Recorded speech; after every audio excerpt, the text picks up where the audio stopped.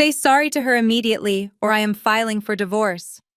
My husband Derek screamed, his voice echoing across the restaurant. I looked down at my $4,000 white silk dress. It was completely ruined, dripping with the red wine my younger sister Kiara had just deliberately poured over my chest. Kiara stood behind Derek with a triumphant smirk on her face, her hand resting protectively over her slightly rounded belly. My mother Evelyn, sitting across the table, nodded firmly in agreement with him. They expected me to break down, cry, and apologize for ruining my 5th wedding anniversary dinner. Instead, I simply smiled, leaned in close to my husband, and whispered 5 final words. I froze your bank accounts. Before I continue this story, let me know where you are watching from in the comments below. Hit like and subscribe if you have ever had to stand up to toxic family members. You will want to hear exactly how fast their smug smiles vanished. I am Maya, 34 years old, and a forensic data auditor. Tonight was supposed to be a private celebration for my 5th wedding anniversary with Derek. I booked the private dining room at one of the most exclusive restaurants in Atlanta. I paid the $2,000 deposit myself because Derek claimed his business capital was tied up in a new investment. But when I arrived, I found a table set for 10. Derek had invited my mother, my half-sister Kiara, her husband Chad, and several other relatives without telling me. This was the dynamic I had endured my entire life. Kiara was the golden child with her lighter skin and perfect hair. She could do no wrong. I was the dark-skinned, heavy-set workhorse who was only useful when it was time to foot the bill. "Why is everyone here, Derek?" I had asked quietly when I first walked in and saw the crowd. Chad, Kiara's arrogant white husband, immediately chimed in with his usual condescending tone. "Oh, come on, Maya, stop being so hostile. Derek just wanted to share his success with the family. You do not need to be an angry black woman tonight." I swallowed my anger and took my seat. The dinner dragged on painfully. Derek ordered the most expensive items on the menu, expensive steaks, lobsters, and bottles of imported champagne. He played the role of the wealthy, generous provider perfectly. My mother praised him endlessly, loudly complaining about how lucky I was that a handsome entrepreneur like Derek had settled for someone like me. Then came the toast. Derek stood up, raised his glass, and looked directly at Kiara instead of me. "To family," he said, "and to exciting new beginnings." Kiara giggled loudly, stood up, and reached across the table to clink her glass against his. As she did, she aggressively shoved her arm forward, tipping her full glass of red wine directly onto my lap and chest. The icy liquid soaked through my silk dress instantly.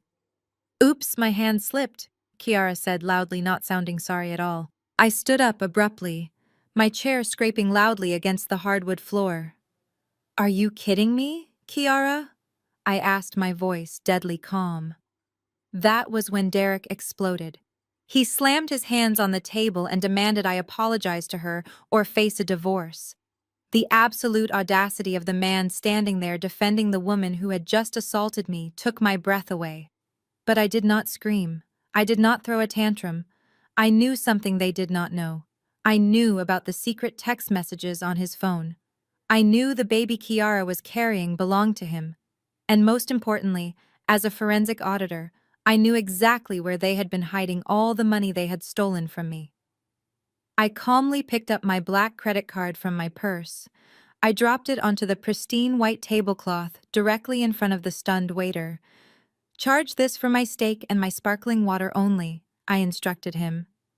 Then I turned back to Derek and Kiara. I delivered my 5 words. I froze your bank accounts. I turned around and walked out of the dining room with my head held high. Behind me, I could hear Derek laughing loudly, telling my mother and Chad that I was just being dramatic and crazy. He told everyone to order desserts. He had no idea I had spent the last 6 months systematically, legally securing every single penny of my generational wealth. 10 minutes later, as I pulled out of the valet parking lot, my phone buzzed with an alert. A massive charge for $8,500 had just been declined. The nightmare was just beginning for them. As my car glided down the highway, My phone screen lit up with a rapid succession of notifications. Declined. Declined. Declined. Derek was desperately swiping every credit card in his designer wallet, unaware that I had spent my afternoon on the phone with the fraud departments of 6 different banks. I had legally removed myself as guarantor on his secondary accounts. Without my spotless credit history and my income backing him, his financial house of cards instantly collapsed.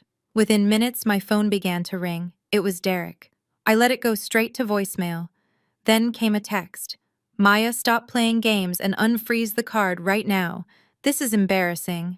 I smiled, keeping my eyes on the road. I knew exactly what was happening inside that private dining room.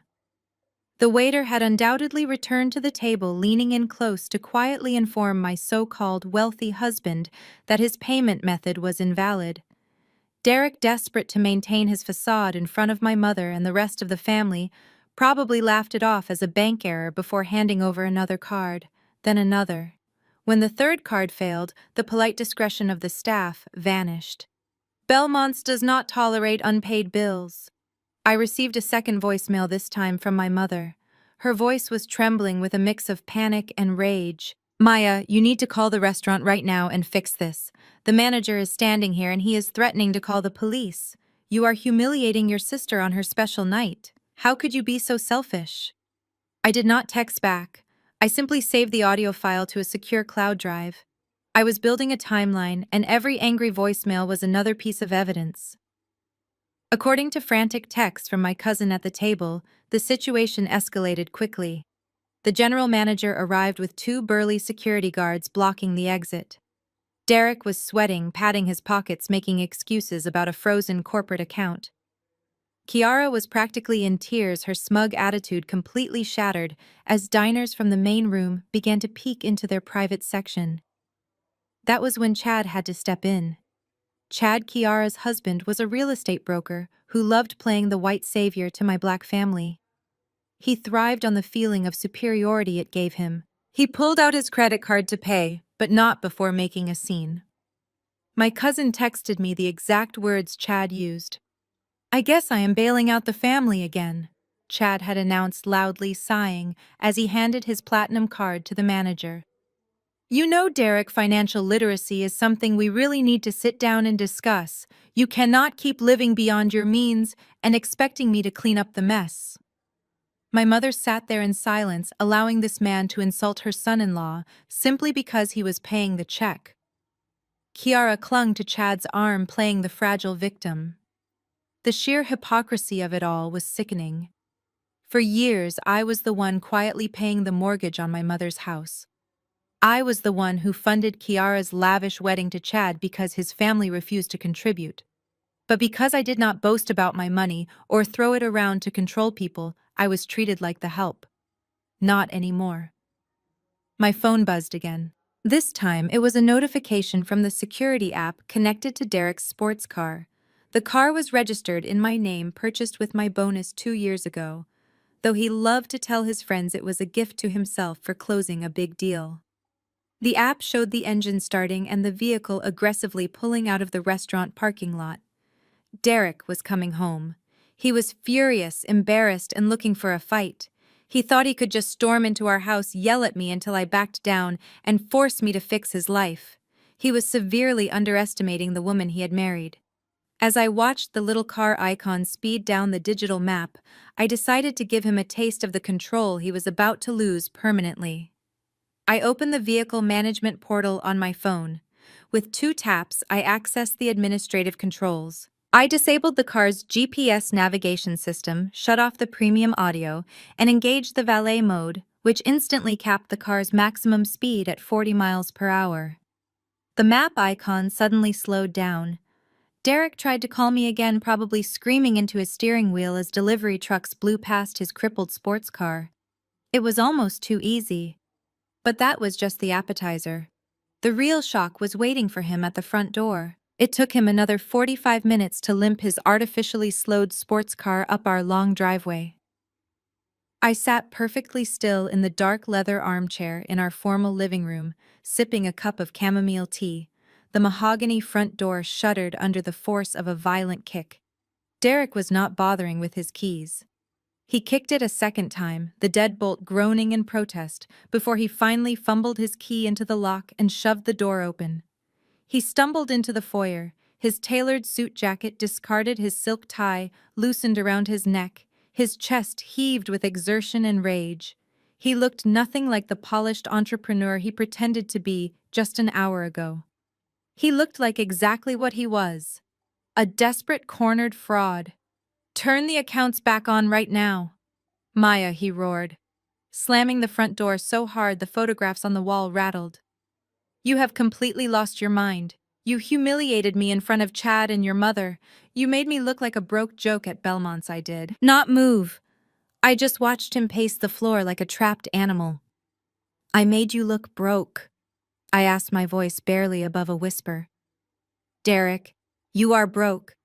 You have been broke for 2 years. You just forgot because you were too busy spending my money on my sister." He froze, his eyes widening for a fraction of a second before the mask slammed back into place. "You are acting crazy," he sneered, pointing a trembling finger at me.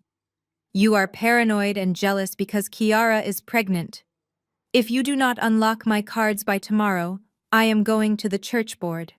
I will tell Pastor Thomas and the entire congregation that you are having a mental breakdown. I will tell them you are a bitter, infertile woman, trying to destroy your family out of spite. They already love your mother more than you. Who do you think they will believe? I will ruin your reputation in this community." "Maya." I smiled, a genuine, relaxed smile that seemed to infuriate him even more. I slowly stood up from the armchair and gestured toward the sweeping, curved staircase to his left. He turned his head. Lined up neatly at the base of the stairs were 4 large designer suitcases, 2 golf bags, and a cardboard box containing his collection of expensive watches. "What is this?" he demanded, his voice dropping an octave. "This is your exit," I replied smoothly. "You wanted a divorce at the restaurant. I am simply facilitating your request. You can take your bags and leave my house." "My house!"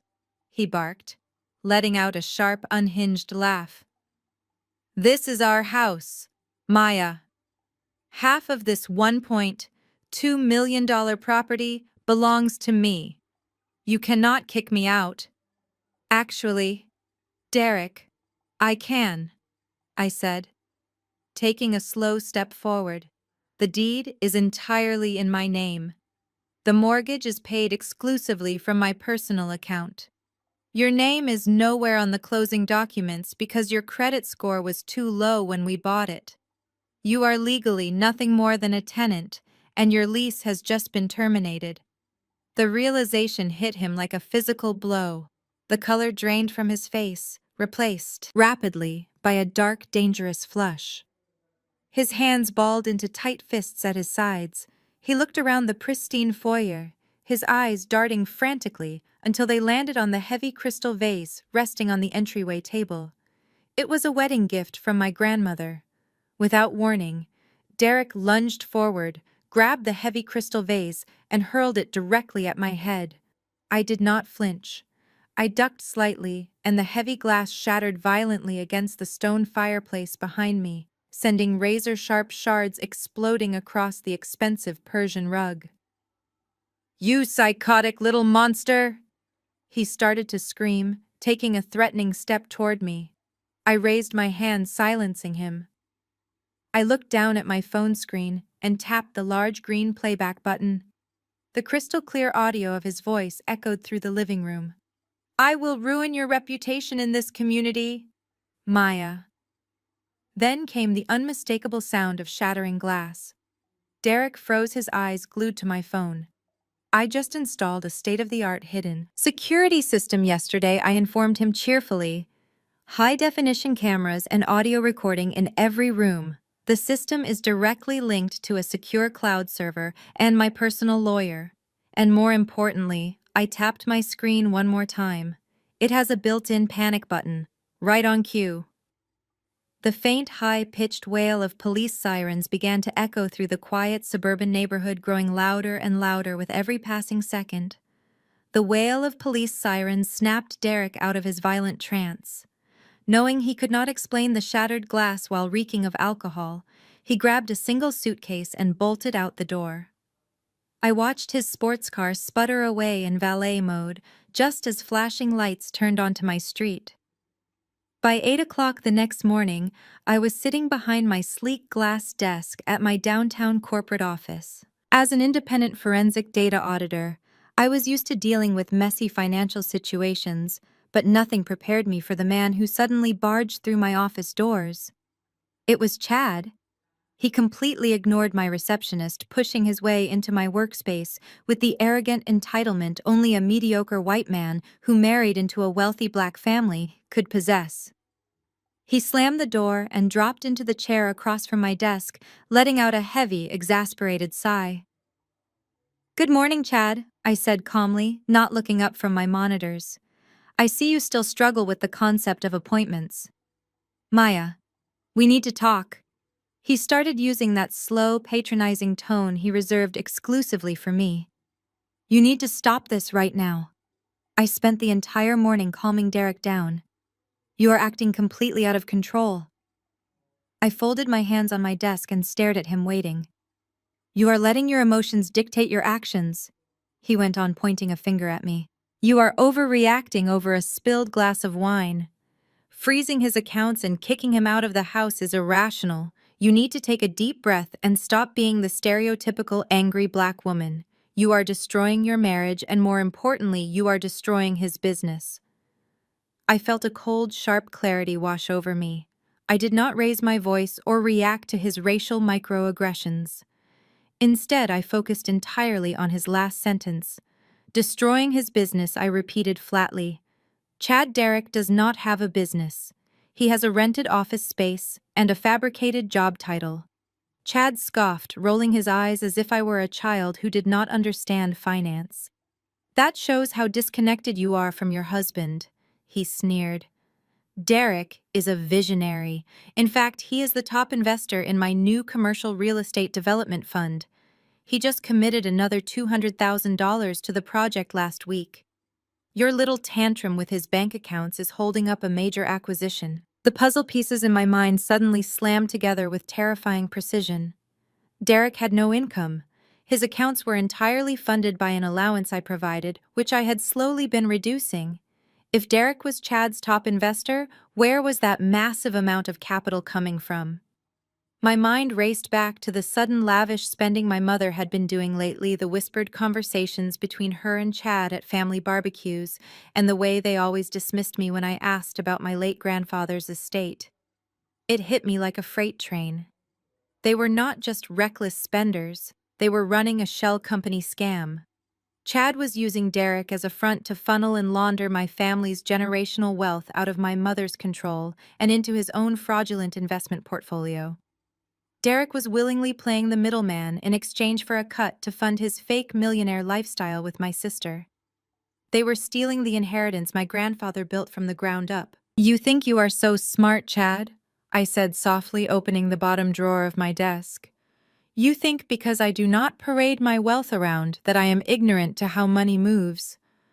Chad smirked, leaning back. "Look, Maya, I am just trying to help you save your family. Unfreeze the accounts and let the men handle the business." I pulled a thick, neatly bound printed dossier from my drawer and tossed it onto the glass desk. It landed with a heavy thud, sliding directly in front of his hands.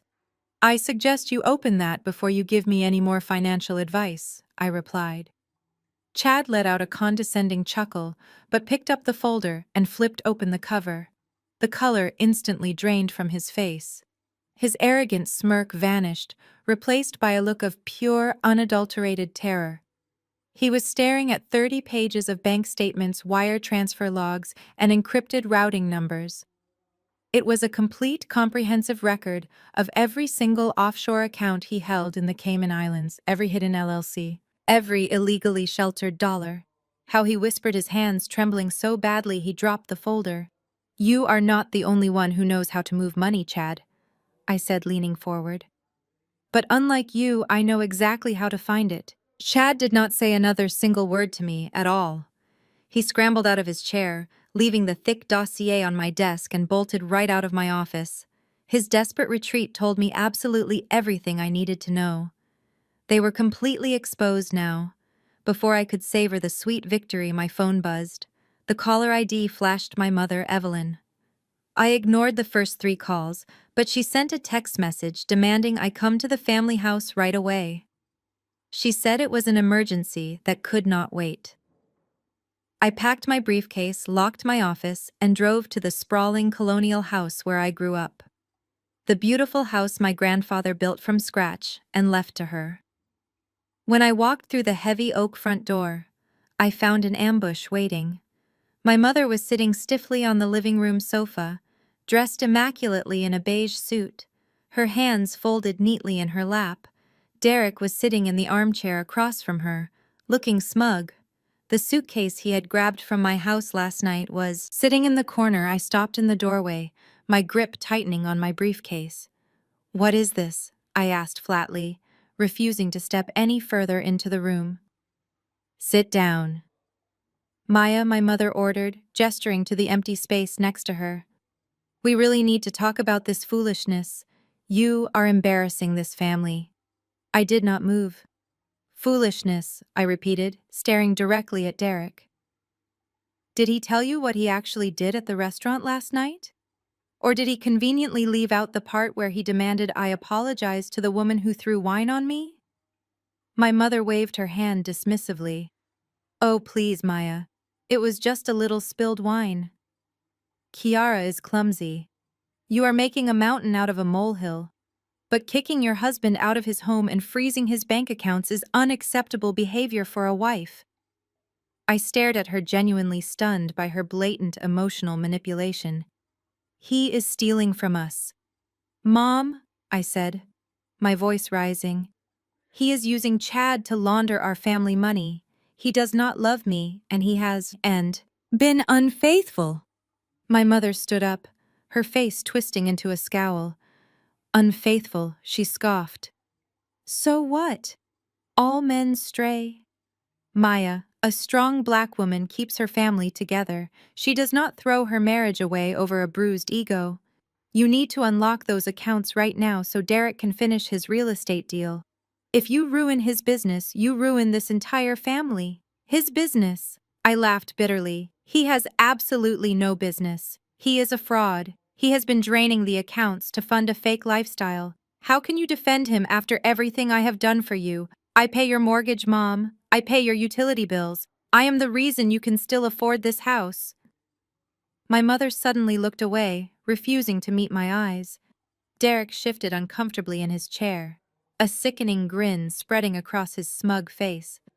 "Actually, Maya," my mother said softly, losing her authoritative edge, "you do not pay the mortgage here anymore." I stopped breathing. The silence was deafening. "What did you just say?" I asked, my heart pounding. My heart. "Derek needed collateral for his new commercial fund," she explained, looking down at her perfectly manicured nails. "The bank would not approve the big loan without a hard asset, so I signed the deed of this house over to Derek. He is going to give it back next month. You did not need to know because you are always so negative about his investments." The floor felt like it was dropping out from under me. She had signed away my grandfather's legacy. She handed over the house we were standing in to a man actively draining our wealth. Derek now held the deed to my childhood home. He let out a mocking chuckle. "I told you, Maya," he said, leaning forward. "You do not hold all the cards. You need to unlock my accounts today, or I will sell this house right out from under your mother." Before I could process the horrible betrayal, I heard the slow creak of the wooden stairs directly behind me. I slowly turned around. Kiara was walking down the staircase wearing a silk robe. Around her neck were my grandmother pearls. Kiara reached the bottom step and confidently placed her hand on her stomach, rubbing a visibly round, pregnant belly.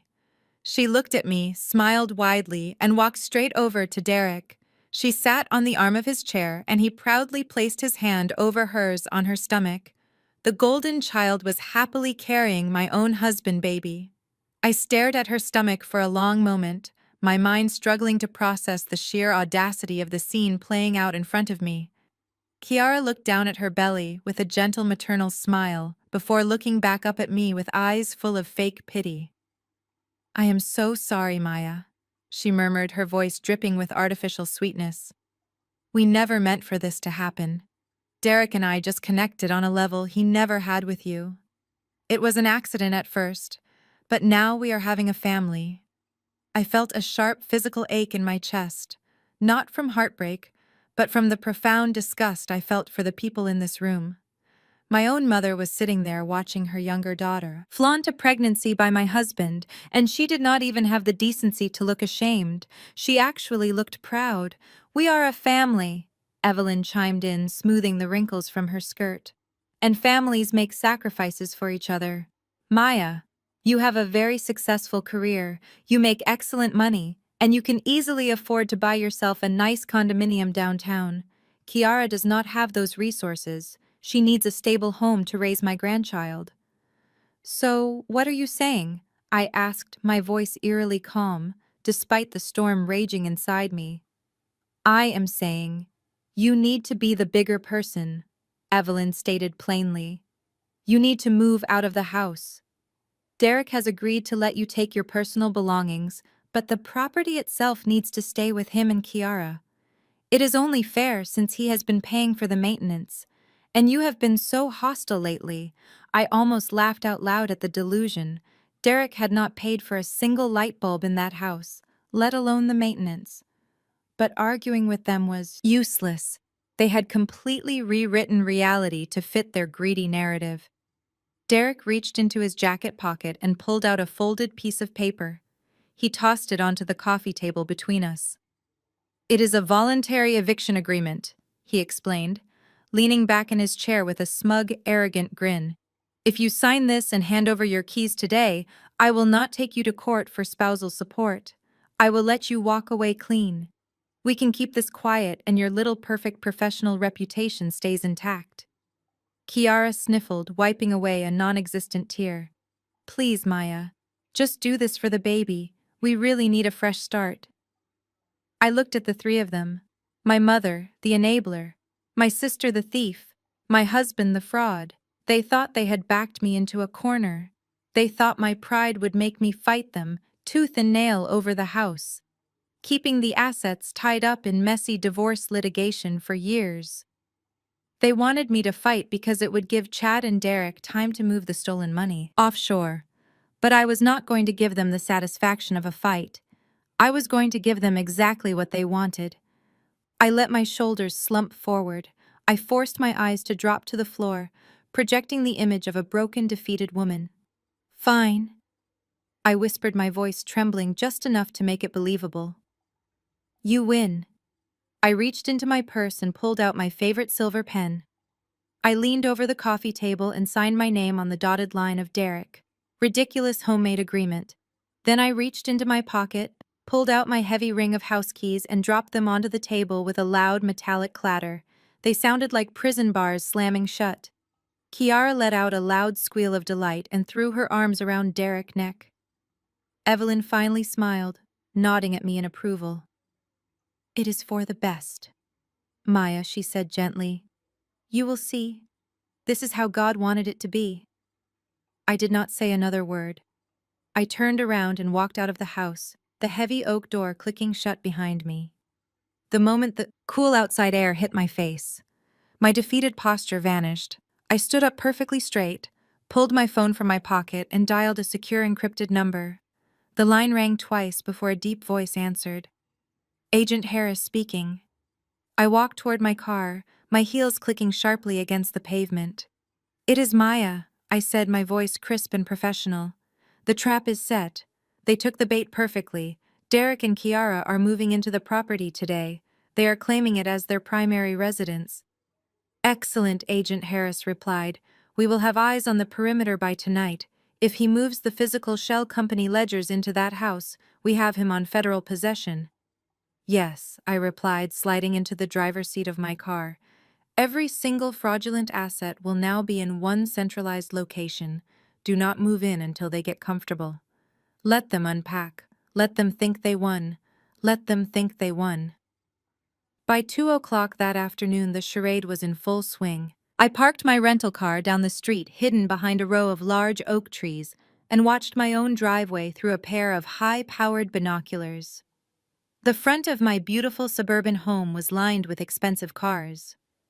Derek had apparently wasted no time throwing a massive combined baby shower and housewarming party to celebrate his victory over me. He even hired a local valet service to park the cars of my treacherous family members and his fake business associates. Loud music thumped from the backyard, echoing through the quiet neighborhood. I opened the Instagram app on my phone and tapped on Kiara's profile. She was broadcasting live to her thousands of followers. "Hey everyone, welcome to our new home," Kiara squealed into the camera, spinning around in the grand foyer of my house. She was wearing a tight designer maternity dress, holding a crystal flute of sparkling cider.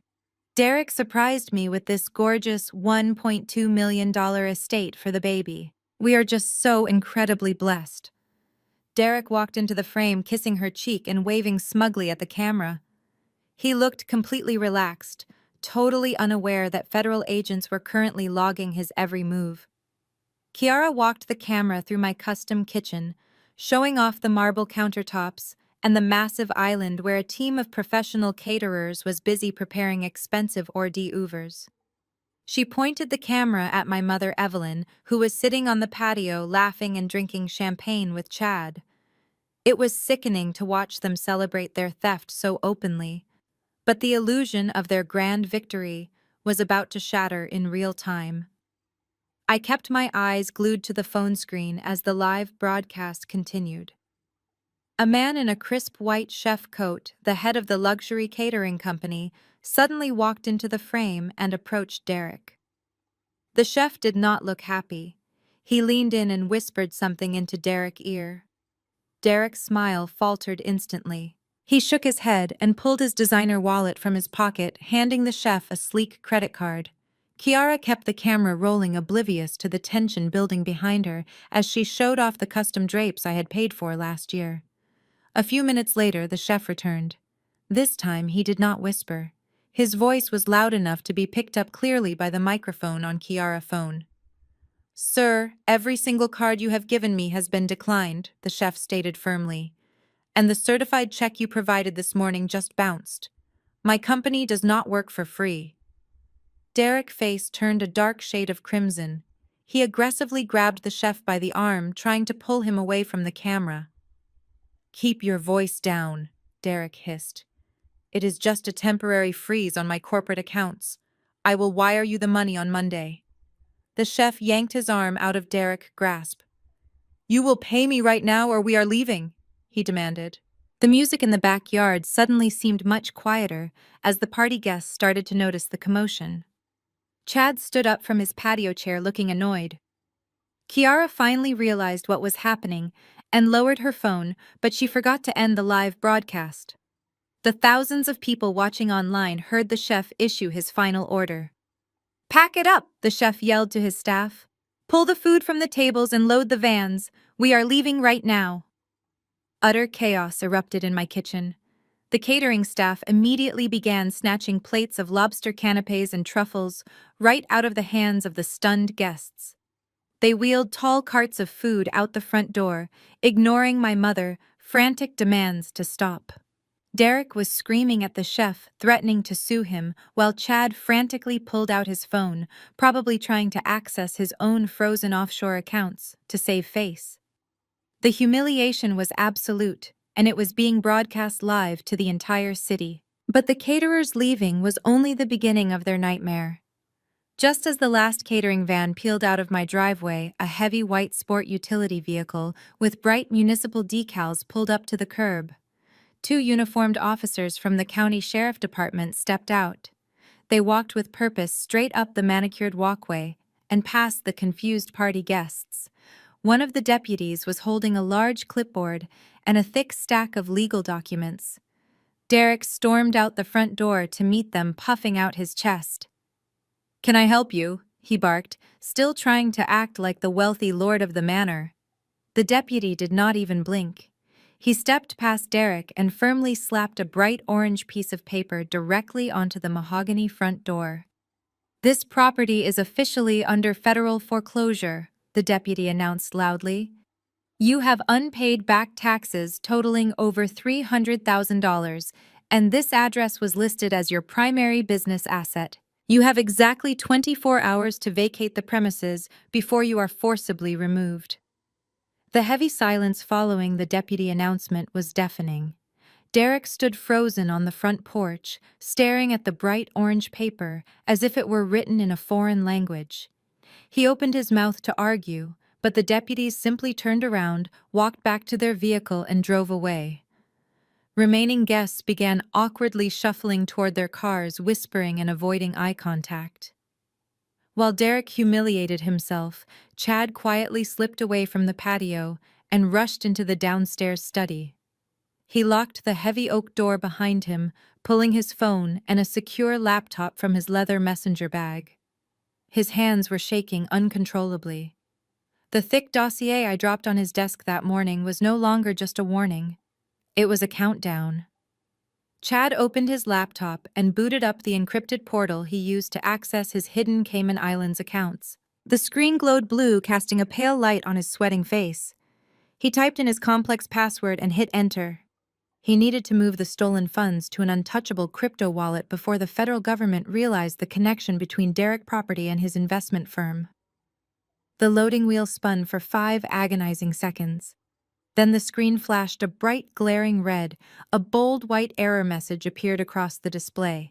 "Access denied, federal hold." Chad stopped breathing. He frantically typed in the credentials for his secondary offshore account. "Access denied." He tried the holding company he registered under Kiara name. "Access denied." Every digital vault he meticulously built over the last 3 years was locked shut. The money was gone. All of it. Not just the money he and Derek had siphoned from my family estate, but the capital from his legitimate wealthy clients as well. He was completely ruined. A deep primal rage erupted inside him. He slammed the laptop shut and stormed out of the study, his face flushed purple. He marched through the house, ignoring my mother, who was frantically asking him what was going on. He pushed past the remaining stragglers in the foyer and burst out the front door. Derek was still standing on the lawn, desperately trying to call his lawyer. Chad did not hesitate. He crossed the grass in 3 long strides, grabbed Derek by the lapels of his expensive custom suit, and slammed him hard against the brick facade of the house. "What did you tell her?" Chad screamed, spit flying from his lips. "What did you say to your crazy wife, Derek?" Derek dropped his phone, holding up his hands in defense. "I did not tell her anything, Chad. I swear I do not know how she found out about the taxes." "Get your hands off me!" he yelled, trying to shove Chad away. Chad did not let go. Instead, he pulled Derek forward and shoved him violently into the manicured hedges. "You idiot!" Chad roared. "She did not just freeze your checking account. She triggered a federal hold on everything. My offshore accounts are locked, Derek. We are facing wire fraud charges. You led her right to my door." Derek scrambled to his feet, his expensive suit torn and covered in dirt. The 2 men lunged at each other, grappling on the front lawn like common street thugs. My mother shrieked from the porch, while Kiara sobbed loudly, begging them to stop. Neighbors who had been watching the catering fiasco now stood openly in their driveways, holding their phones up to record the physical brawl. The golden child, perfect husband, and the arrogant white savior were rolling around in the landscaping, destroying the manicured lawn of a foreclosed home. It was exactly the type of public humiliation they had always terrified me with, now happening to them in broad daylight. Sitting in my rental car down the street, I watched the entire pathetic scene unfold through my binoculars. Chad finally landed a heavy, brutal punch directly to Derek's jaw, leaving him groaning in the wet grass before storming off to his luxury car. As Derek lay there, weakly spitting dark blood into the grass, his cell phone suddenly buzzed next to his ear. He slowly answered it, putting it on speakerphone. It was the private investigator he had hired earlier that morning to dig up dirt on me for the divorce proceedings. Derek, you need to listen to me very carefully. The investigator voice crackled through the speaker, sounding completely panicked. You need to hire criminal defense counsel immediately. I just pulled Maya professional licensing records. She is not just a corporate accountant, Derek. She is a contracted forensic data auditor for the Criminal Investigation Division of the Internal Revenue Service. She builds major federal indictments for a living right now. You messed with the wrong woman. They are coming for you and Chad today. The phone slipped from Derek, fingers falling into the grass. He stared at the sky as the private investigator words echoed. Chad stopped walking toward his car. He turned around, his face devoid of color. Did he say Internal Revenue Service? Chad asked. Derek could only nod dumbly. The reality of their situation was finally sinking in. They had not just stolen from a scorned wife. They had stolen from a federal auditor. Get up! Chad hissed, rushing back over and hauling Derek to his feet. We need a lawyer right now, not a divorce lawyer, a criminal defense attorney. Soon they sat in the downtown office of Marcus Vance, a sleazy attorney specializing in keeping criminals out of prison. They had no cash. Marcus leaned back. I need a $200,000 retainer, he stated. Chad pulled out his phone. I know a private lender, he said. It is a predatory loan with a 40% interest rate, but he will wire the funds to your trust account within the hour using the unencumbered equity in my commercial building. Marcus smiled a predatory grin. Perfect, he said. Now let us talk strategy. How do we keep you two out of federal custody today? My wife froze the accounts, Derek explained frantically. She works for the government and knows about the shell companies. Marcus let out a dark chuckle. You are only trapped if you let her control the narrative, he said, leaning forward. She is an accountant, right? She had access to your books. She froze the accounts to cover her own tracks. Do you not see it? Marcus continued, his eyes gleaming with malicious intent. Your wife is a financial expert. She used her federal knowledge to embezzle money from your investment fund. When she realized you were catching on, she manufactured a marital dispute to freeze the accounts and frame you. We just need the paper trail to prove it. Chad's face lit up with a twisted sense of hope. You want us to frame her, he asked. I want you to provide the evidence that she was the authorized signatory on the offshore transfers, Marcus corrected smoothly. If she signed the wire authorizations, she is the one guilty of wire fraud. Do you have those documents? Chad swallowed hard. No, he admitted. I authorized everything digitally using a secure key. Marcus sighed, shaking his head. Then you better find some hard copies with her signature on them very quickly, he said, standing up to signal the meeting was over. Provide the documents and I will destroy her credibility. 30 minutes later, Chad and Derek were frantically pacing inside Chad's corporate office. It was Saturday, so the building was completely deserted. Chad booted up his desktop computer and opened a folder containing dozens of blank wire transfer authorization forms. He hit print. The large, heavy-duty commercial printer in the corner of the room whirred to life, spitting out stack after stack of crisp white paper. Derek grabbed a blue ink pen, his hands trembling slightly. Are you sure about this? He asked, looking at the blank signature lines. Forging federal financial documents carries a mandatory minimum sentence. Chad snatched the pen out of his hand. We are already looking at 20 years for the shell companies, you coward, Chad snapped. If we pin this on Maya, we walk away clean. She is the auditor. The jury will believe she manipulated us. Just sign her name exactly like it looks on your marriage certificate. Derek took a deep breath, gripped the pen, and carefully began forging my signature on the bottom of the first document. He traced the letters slowly, trying to match my exact handwriting. He signed the second document, then a third. Chad stood over his shoulder, nodding in approval. They thought they were brilliant. They thought they had just engineered the perfect escape from federal prosecution. They were completely wrong. Sitting in my rental car, safely parked 3 miles away, I watched the entire criminal conspiracy unfold in brilliant high-definition video on my tablet. I smiled, taking a sip of my coffee. 6 months ago, when Chad complained about needing new office equipment, I generously bought him that top-of-the-line commercial printer. I also personally installed it. He had no idea I had embedded a microscopic wireless camera directly into the digital display panel of the printer. It had a perfect, unobstructed view of his desk. I tapped the screen of my tablet, saving the live video feed directly to the federal evidence server. I was watching them commit multiple counts of aggravated identity theft and evidence tampering in real time. And the best part was, they were handing me the exact proof I needed to put them away forever. As the live video feed of their pathetic forgery session ended, I securely backed up the files and closed my tablet. Derek and Chad thought they had outsmarted me, but they were simply building their own prison cell block by block. However, desperate criminals are entirely unpredictable. They knew the forged documents would only hold up if my credibility was completely destroyed. They needed to paint me as an unhinged, vindictive woman who was capable of extreme retaliation. So they decided to play their most pathetic card yet. They used the golden child. The very next morning, I was back at my desk in the corporate office, reviewing the final asset forfeiture logs. At exactly 10:15, my receptionist buzzed my intercom. Her voice sounded tight and anxious. "Maya, there are 2 police detectives here to see you," she said. "They say it is an urgent matter regarding your sister."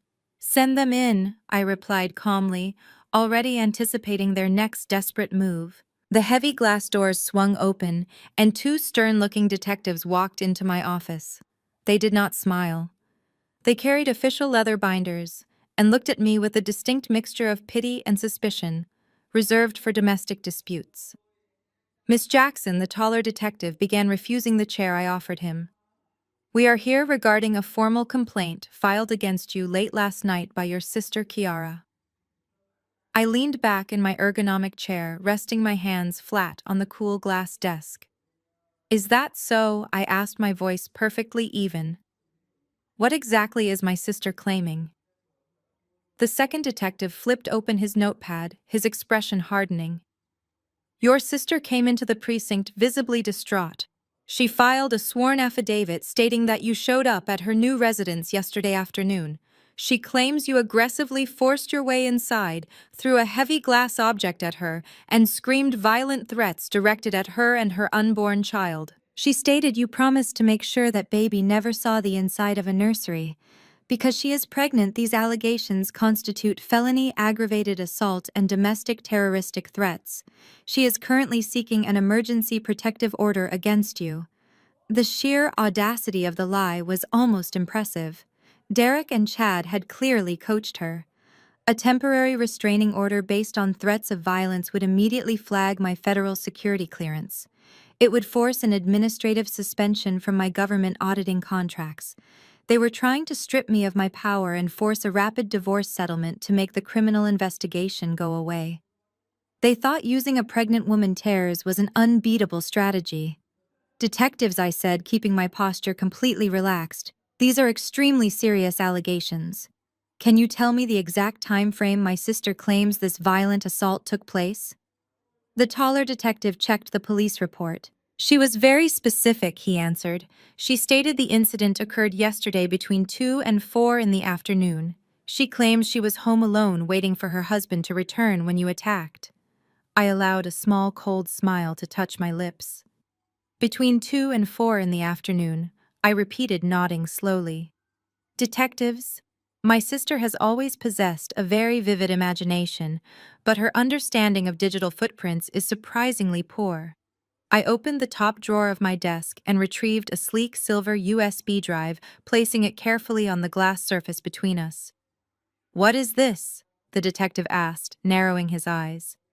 "This is the end of her emergency protective order," I explained smoothly. "You see, Kiara is still on my cellular family plan. I pay the bill, so I have full administrative access to the account. That drive contains the unalterable GPS location data pinged directly from her phone's satellite receiver during those exact hours yesterday." The detective stared at the small silver drive. "And where does this data show she was?"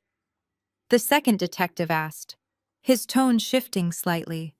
It shows she was nowhere near that house, I replied. Yesterday, between 1:30 and 4:45 in the afternoon, Kiara was located across town at the Serenity Lotus Day Spa. Chad had given her a prepaid emergency credit card, and she decided to treat herself to a prenatal massage and a customized facial. I also took the liberty of calling the spa manager this morning.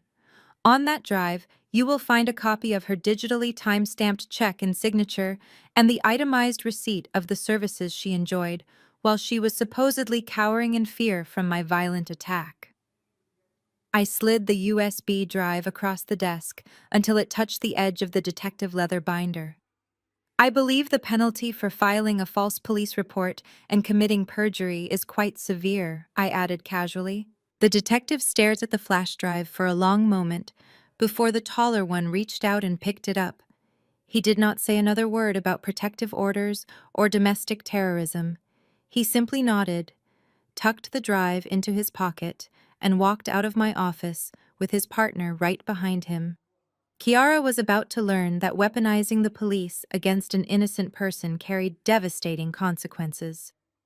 But I did not have time to dwell on her impending arrest. I had work to do.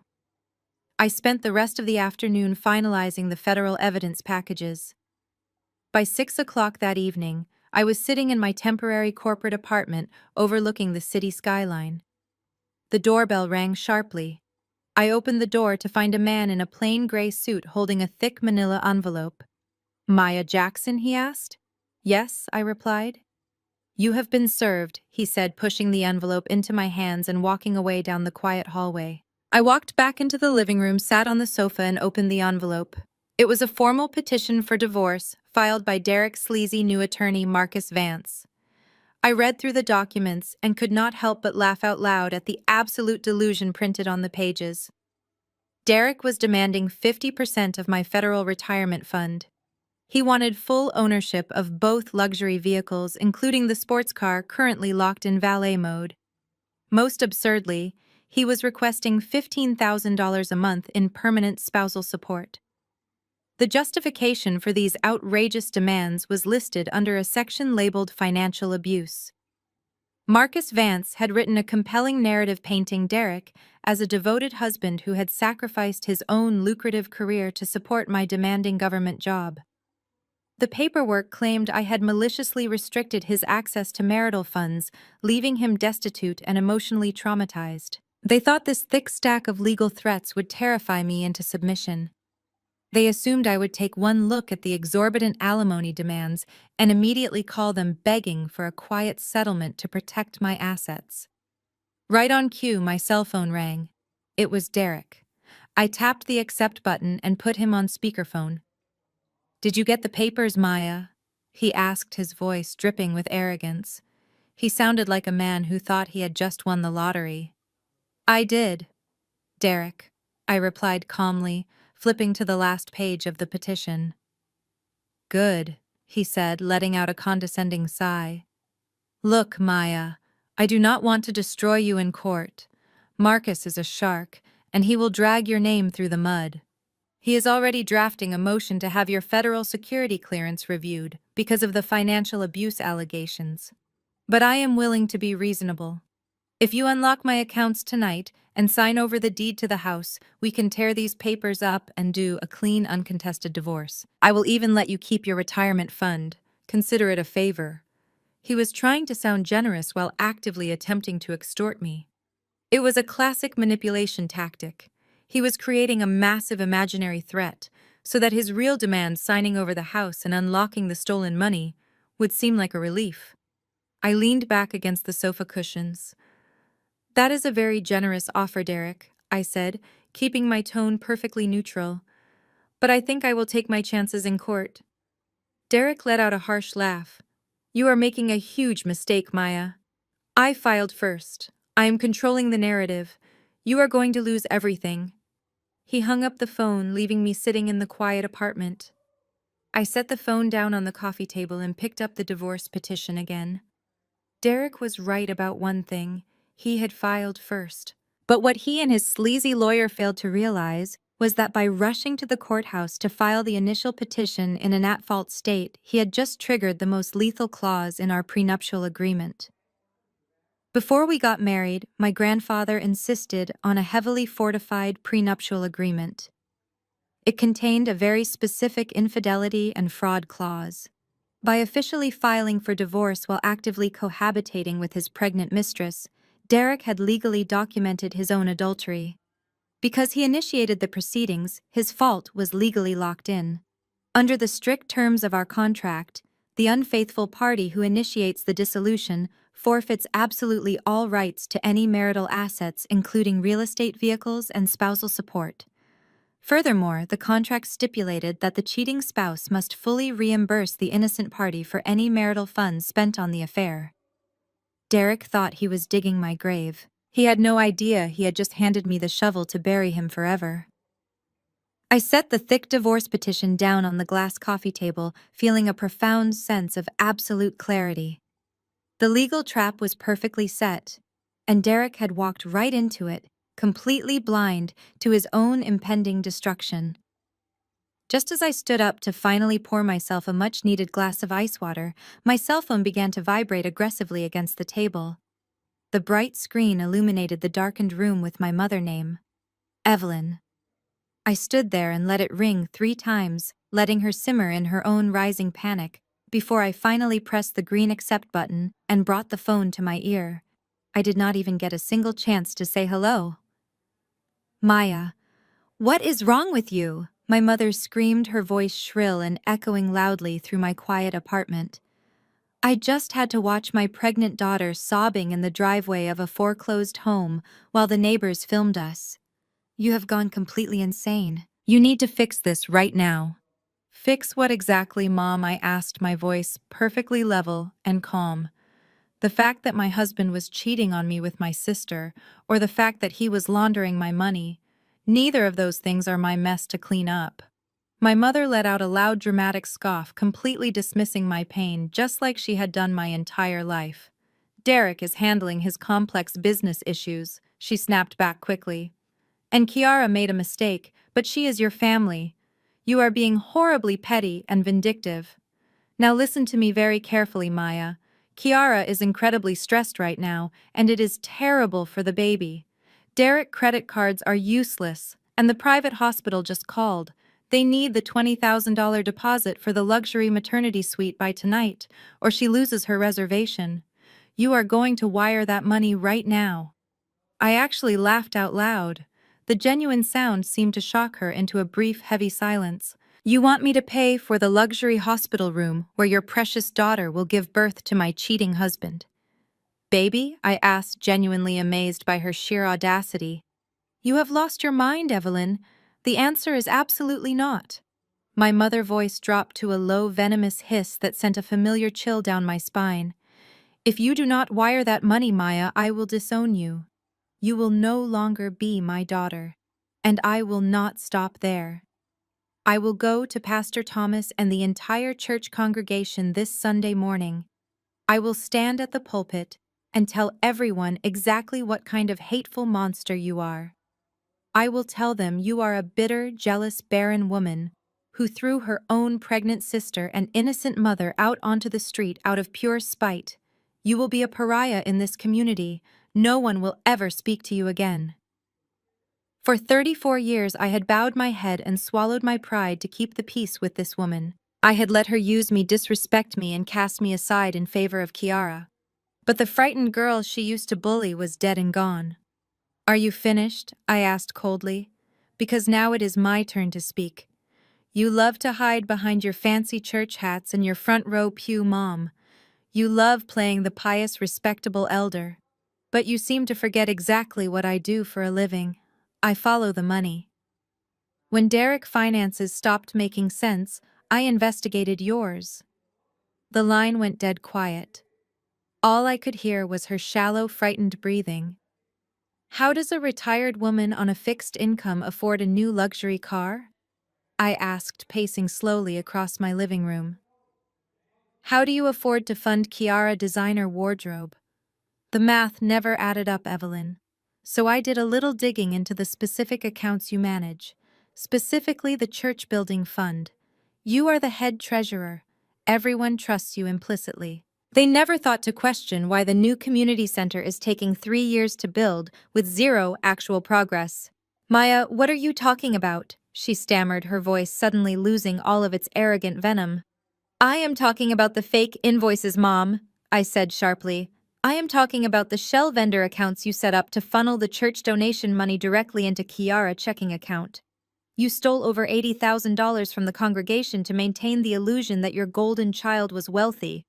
You embezzled money from the exact same people you are threatening to expose me to, I informed Pastor Thomas. The church board is auditing the books tomorrow morning. I ended the call before my mother could utter another word. The silence in my apartment was peaceful but brief. Derek and his sleazy attorney, Marcus Vance, were moving fast. By 9 o'clock the next morning, I was sitting in a stiff leather chair inside a cold conference room for an emergency deposition. Marcus had filed an emergency motion to depose me, claiming I was an immediate flight risk who was actively hiding marital assets. It was a blatant intimidation tactic designed to force a quick settlement.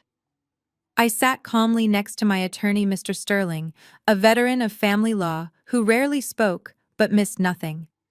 Across the table sat Derek, looking unusually confident. And sitting right next to him was Chad. Chad had no legal reason to be there but came to gloat. He leaned back in his chair, spinning a gold pen between his fingers, wearing a sickeningly arrogant smirk. He thought his forged wire transfer documents had perfectly framed me. He thought his offshore accounts were safe from federal eyes. He thought he had won. Marcus Vance started the recording and immediately launched into his aggressive, theatrical questioning. He paced the room, trying to intimidate me. Mrs. Jackson, he barked, leaning over the table. Is it not true that you deliberately locked your husband out of his own checking accounts, causing him severe financial distress? I looked blankly at him, then turned to Mr. Sterling, who gave me a microscopic nod. I faced Marcus. I do not recall, I answered plainly. Marcus frowned, his theatrical momentum slightly disrupted. He tried again. Let the record reflect the witness is being evasive, he announced to the court reporter. Is it not true that you secretly moved hundreds of thousands of dollars into offshore accounts to hide them from the court? Chad stopped spinning his gold pen. He leaned forward eagerly, waiting for me to panic. They wanted me to deny it. They wanted me to passionately defend myself so they could produce their forged documents and trap me. I looked into Chad's cold blue eyes. I have no independent recollection of those transactions, I stated, my voice perfectly flat and entirely devoid of any emotion. Derek let out a loud, exasperated sigh. See, he muttered to Marcus. She is hiding something. Marcus smiled a predatory grin, completely misinterpreting my strategy. He thought I was playing dumb because I was guilty and backed into a corner. He thought my refusal to answer was a sign of weakness. You do not recall, Marcus mocked, pacing back to his seat. You are a forensic auditor for the federal government, Mrs. Jackson. Your entire job is remembering financial details, yet you expect this court to believe you simply forgot about moving massive amounts of marital wealth.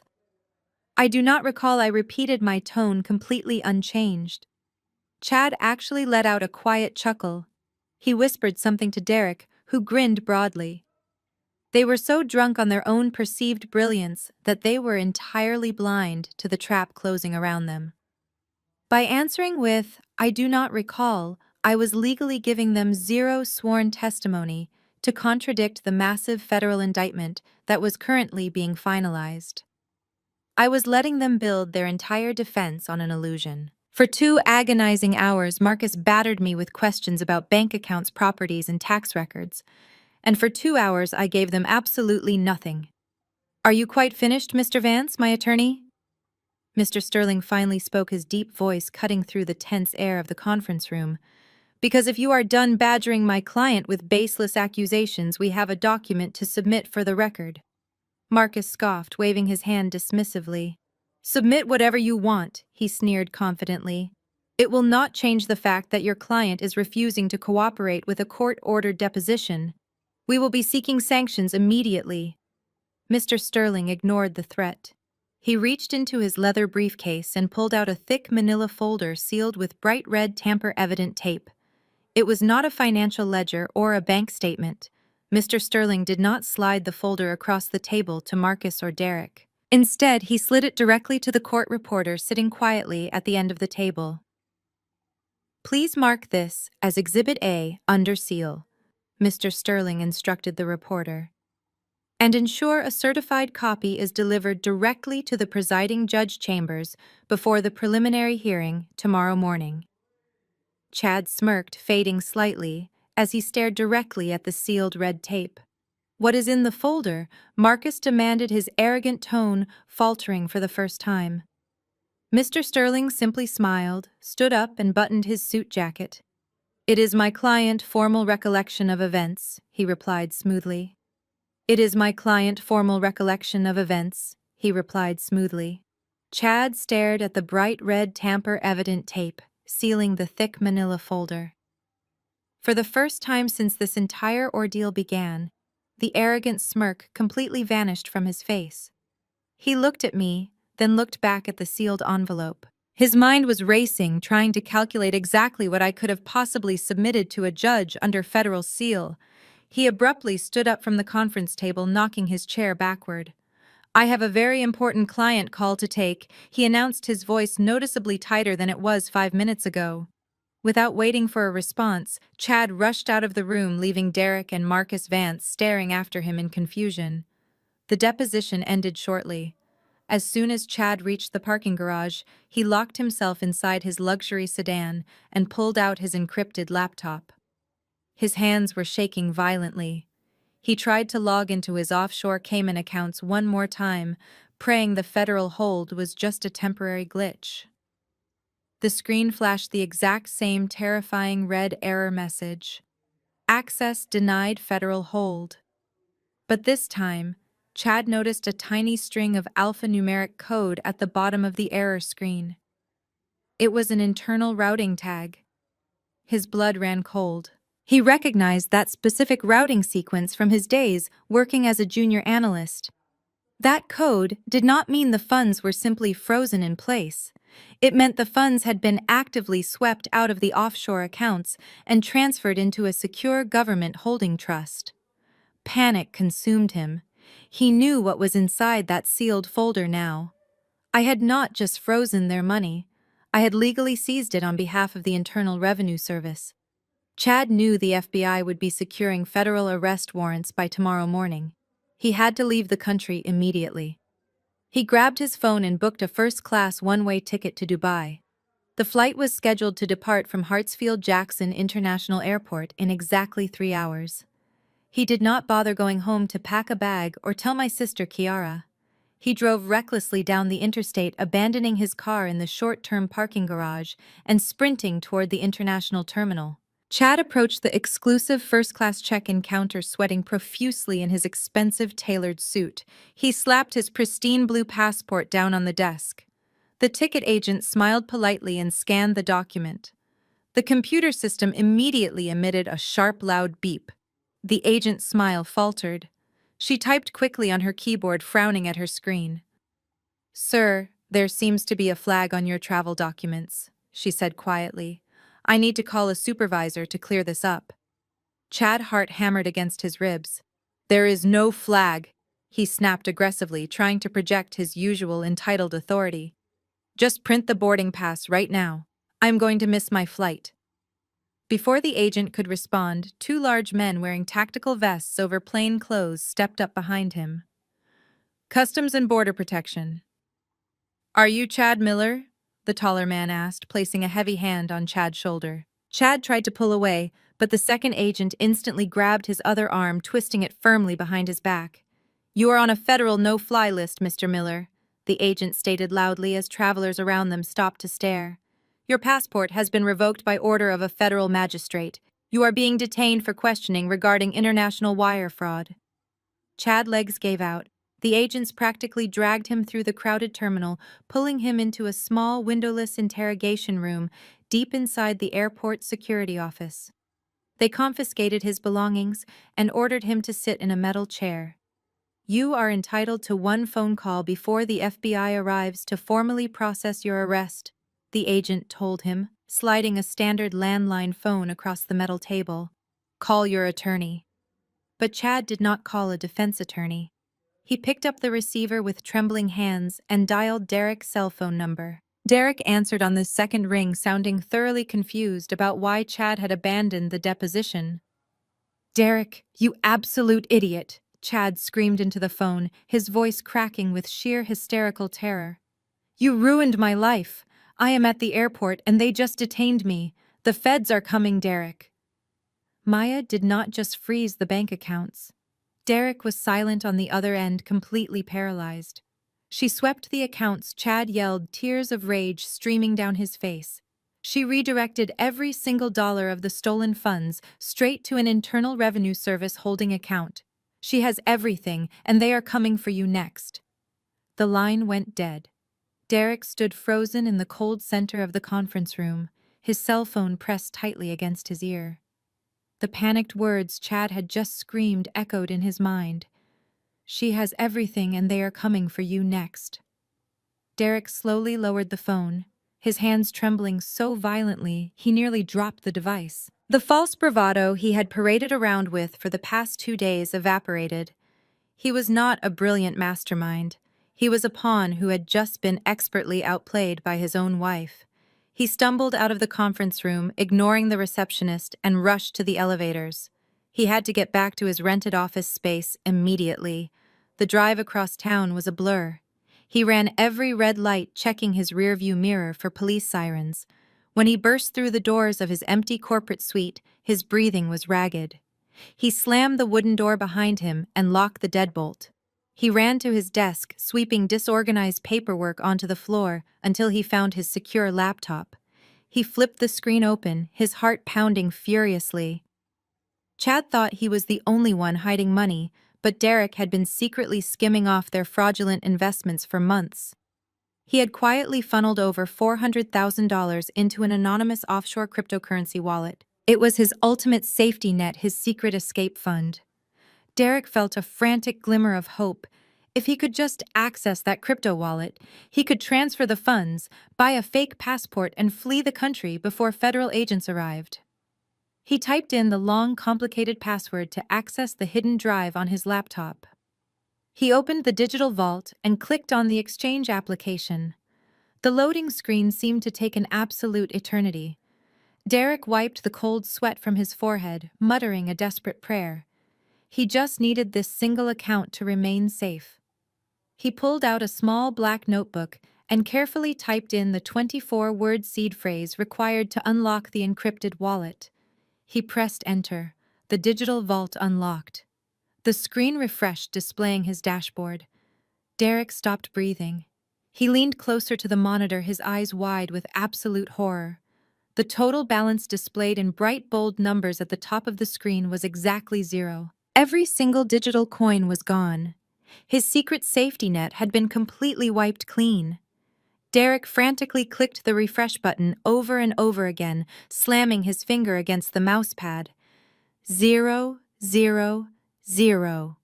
It was impossible. No one knew the seed phrase. He never written it down anywhere except the black notebook locked in a biometric safe. Then he saw it. Under the recent transaction history, there was a single outgoing transfer executed at 4 a.m, the exact night he had been kicked out of the house. The transfer had emptied the entire wallet in one single sweeping motion. Attached to the digital transaction was a customized text note. Derek moved his cursor and clicked on the note. A small pop-up window appeared in the center of the high-definition screen containing exactly 4 words. Marital asset reclaimed Maya. A guttural scream tore from Derek's throat. He grabbed the heavy laptop and hurled it across the office. It smashed violently into the drywall, shattering into pieces. She knew everything. While he was parading around spending her money and sleeping with her sister, she had been quietly dismantling his digital life piece by piece. She legally seized his stolen crypto stash before he even knew they were at war. He collapsed into his leather chair, pulling his hair in sheer desperation. He was completely broke. He had no cash, no credit cards, no house, and no secret funds. He was a federal criminal waiting to be arrested. Suddenly, heavy pounding echoed from the locked office door. Derek jumped out of his chair, his eyes darting toward the exit. Kiara's voice cried out from the hallway, sounding completely hysterical. He slowly walked over and unlocked the deadbolt. Kiara pushed her way inside, her face stained with tears. "Derek." "My cards are declining," she sobbed, clutching her purse. "The hospital canceled my maternity reservation. What is going on?" Derek stared at his pregnant mistress, feeling nothing but blinding resentment. He opened his mouth to tell her that they were both going to federal prison, but his cell phone buzzed loudly in his pocket. He pulled it out, hoping for a miracle. It was a text message from his sleazy defense attorney, Marcus Vance. Derek opened the message. It read, "I am dropping you as a client. Do not contact me again. The FBI just raided my office for your files. The FBI just raided my office for your files." That single text message shattered whatever hope Derek had left. The next morning, the heavy wooden doors of the Fulton County Family Court swung open. It was day 3, and the air inside the courthouse was thick with anticipation. I walked down the center aisle wearing a tailored charcoal suit, projecting absolute calm. My attorney, Mr. Sterling, walked beside me holding a slim leather briefcase. The gallery was unusually packed. Word of our dramatic fallout had spread through our neighborhood and the church congregation overnight. Sitting in the front row of the gallery were my mother Evelyn and my sister Kiara. They had spent the morning getting ready for what they believed would be my ultimate public humiliation. Kiara was draped in a designer maternity dress that I had unknowingly paid for, her hair perfectly styled. My mother sat beside her wearing her finest Sunday church hat and a smug expression. They whispered to each other, pointing at me and letting out quiet, condescending laughs. They were fully expecting the judge to strip me of my wealth and hand my estate directly over to Derek and Kiara. But the man who finally walked through the side doors did not look like a victorious conqueror. Derek looked completely destroyed. He was wearing the same torn suit from his physical altercation with Chad the day before. His eyes were bloodshot and his hands trembled as he took his seat at the petitioner table. He looked over at Kiara and my mother, but he did not smile. He just stared at them with a hollow, terrified expression. Sitting next to Derek was a young, overworked public defender. Since Marcus Vance had abruptly dropped him and fled, Derek had no choice but to accept court-appointed counsel. The young lawyer looked exhausted, flipping frantically through a massive stack of disorganized papers Derek had shoved into his hands just moments before the hearing. "All rise," the bailiff announced loudly. "The Honorable Judge Harrison presiding." Judge Harrison took her seat at the high mahogany bench. She was a no-nonsense magistrate, known for her sharp intellect and absolute intolerance for perjury.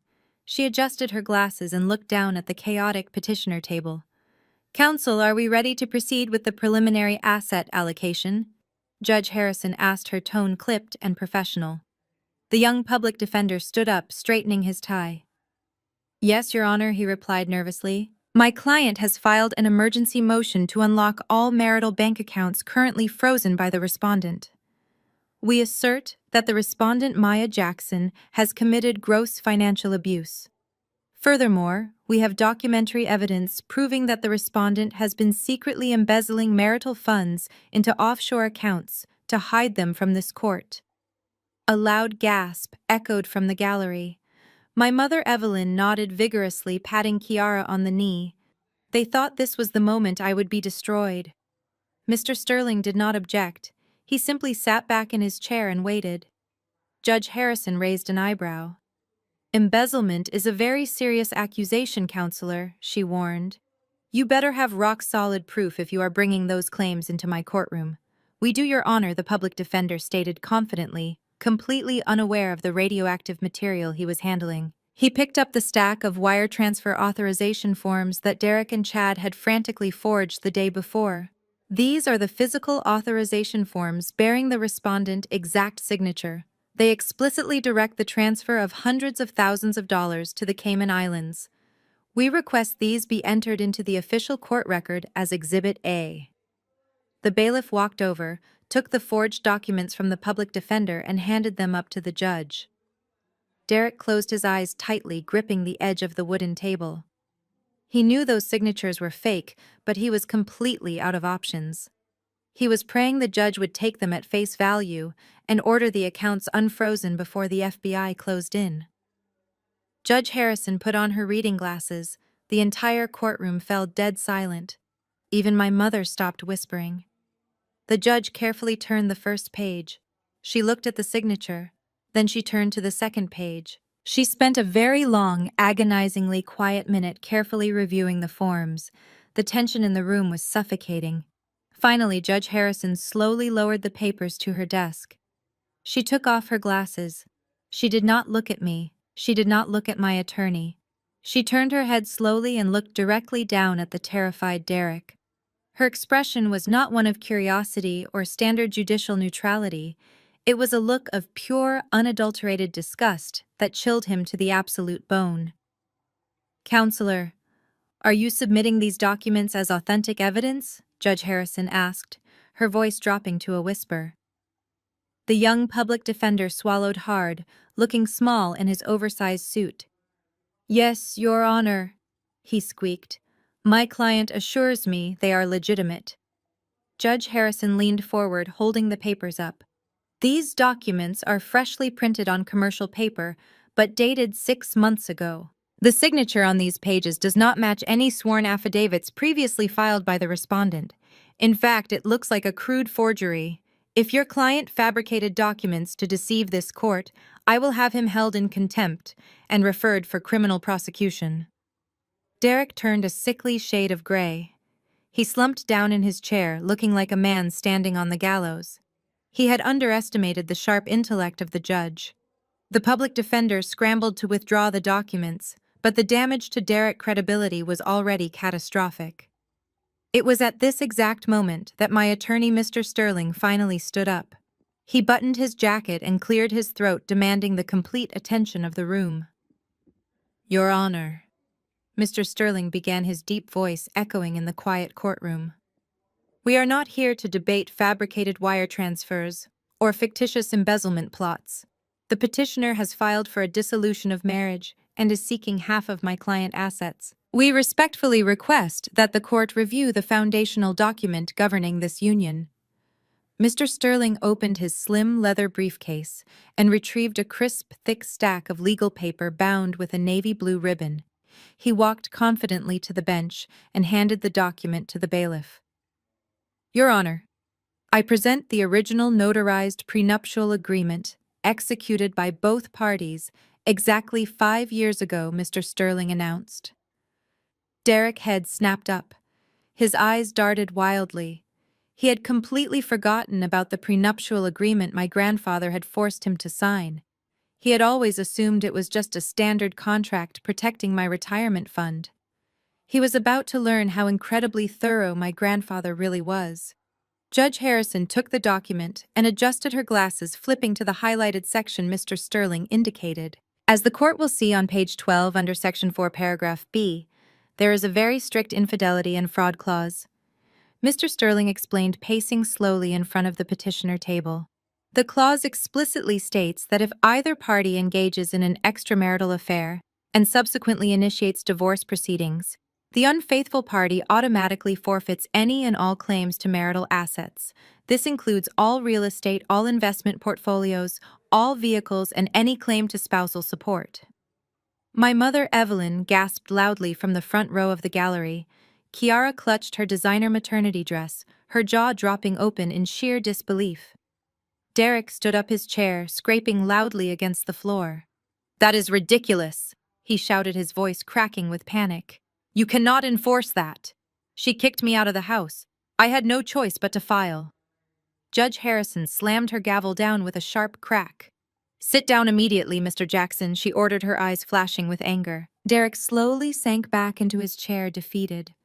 Mr. Sterling continued, ignoring the outburst completely. "Your Honor, the petitioner willfully filed for divorce in an at-fault state while actively cohabitating with a pregnant woman who is not his wife.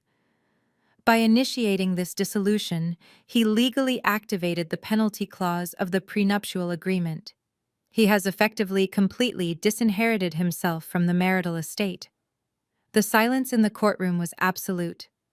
Derek was losing the house, the cars, and the massive alimony he had arrogantly demanded just 24 hours ago. But Mr. Sterling was not finished. He turned to face Derek directly. "Furthermore, Your Honor, the contract contains a restitution mandate," Mr. Sterling added, his voice cutting through the air like a surgical scalpel. "It requires the unfaithful party to fully reimburse the innocent spouse for any marital funds expended to facilitate the affair. As a forensic data auditor, my client has meticulously tracked every single dollar the petitioner spent on his mistress over the last 2 years. This includes luxury vacations, designer clothing, expensive jewelry, and the lease on a secret apartment." Mr. Sterling pulled a single sheet of paper from his pocket and handed it to the young public defender, who looked like he wanted to vanish into thin air. "We have submitted the forensic accounting ledger to the court," Mr. Sterling concluded, turning back to the judge. "Per the legally binding terms of the prenuptial agreement, he signed Mr. Derek Jackson, forfeits all marital property, and currently owes my client a massive debt. The total debt Derek owes Maya for funding his illicit lifestyle is exactly $1.8 million. The courtroom erupted into absolute chaos following Mr. Sterling's declaration. Derek buried his face in his hands, letting out a muffled sob. But the judge was not finished. She slammed her gavel until silence fell over the room. "Mr. Sterling, you have presented a massive financial claim," Judge Harrison said. "If your client is asserting that $1.8 million was misappropriated, I need to see the exact forensic breakdown of how that money was moved." Mr. Sterling nodded respectfully. "Your Honor, we are fully prepared to demonstrate the complete financial web," he replied. "I would like to call Maya Jackson to the stand." I stood up from the table and walked calmly to the witness stand. I placed my right hand on the Bible, swore to tell the truth, and sat down. The bailiff wheeled out a large digital display board, positioning it directly in front of the judge bench. Mr. Sterling handed me a laser pointer. For the next 45 minutes, the courtroom became my personal classroom. I clicked a button and a massive flowchart illuminated the screen. I did not sound angry or vindictive. I sounded exactly like what I was, a federal forensic auditor, presenting a meticulously researched case. "Your Honor, the petitioner Derek Jackson claimed to be a successful commercial real estate investor." I began aiming the laser dot at the top of the flowchart. However, his investment fund was nothing more than a shell game. Whenever my personal income or my family generational wealth was deposited into our joint accounts, Derek would transfer it out, disguised as corporate investments. I clicked the remote, and a series of red arrows traced the money from our bank to a holding company managed by his brother-in-law, Chad Miller. Derek flinched in his chair as Chad's name was read into the official court record. Chad Miller utilized his legitimate brokerage license to wash the stolen funds, I continued. He funneled the money through 3 temporary holding accounts to obscure the original source. From there, the money was wired directly to an offshore banking institution in the Cayman Islands, bypassing United States tax regulations. This structure was designed to commit federal wire fraud and tax evasion. Judge Harrison leaned forward, her eyes narrowing as she studied the complex web. "Mrs. Jackson," she asked, "if your husband and his brother-in-law were moving millions of dollars offshore, they would need a clean corporate entity to authorize those transfers. Neither of those men could use their own names without triggering immediate federal flags. Who signed the incorporation documents for these shell companies?" I turned off the laser pointer and placed it gently on the railing of the witness stand. I looked directly into the gallery, locking eyes with my sister Kiara. She was no longer whispering. Her face had turned a pale white. "That is the most tragic part of this criminal enterprise, Your Honor," I said.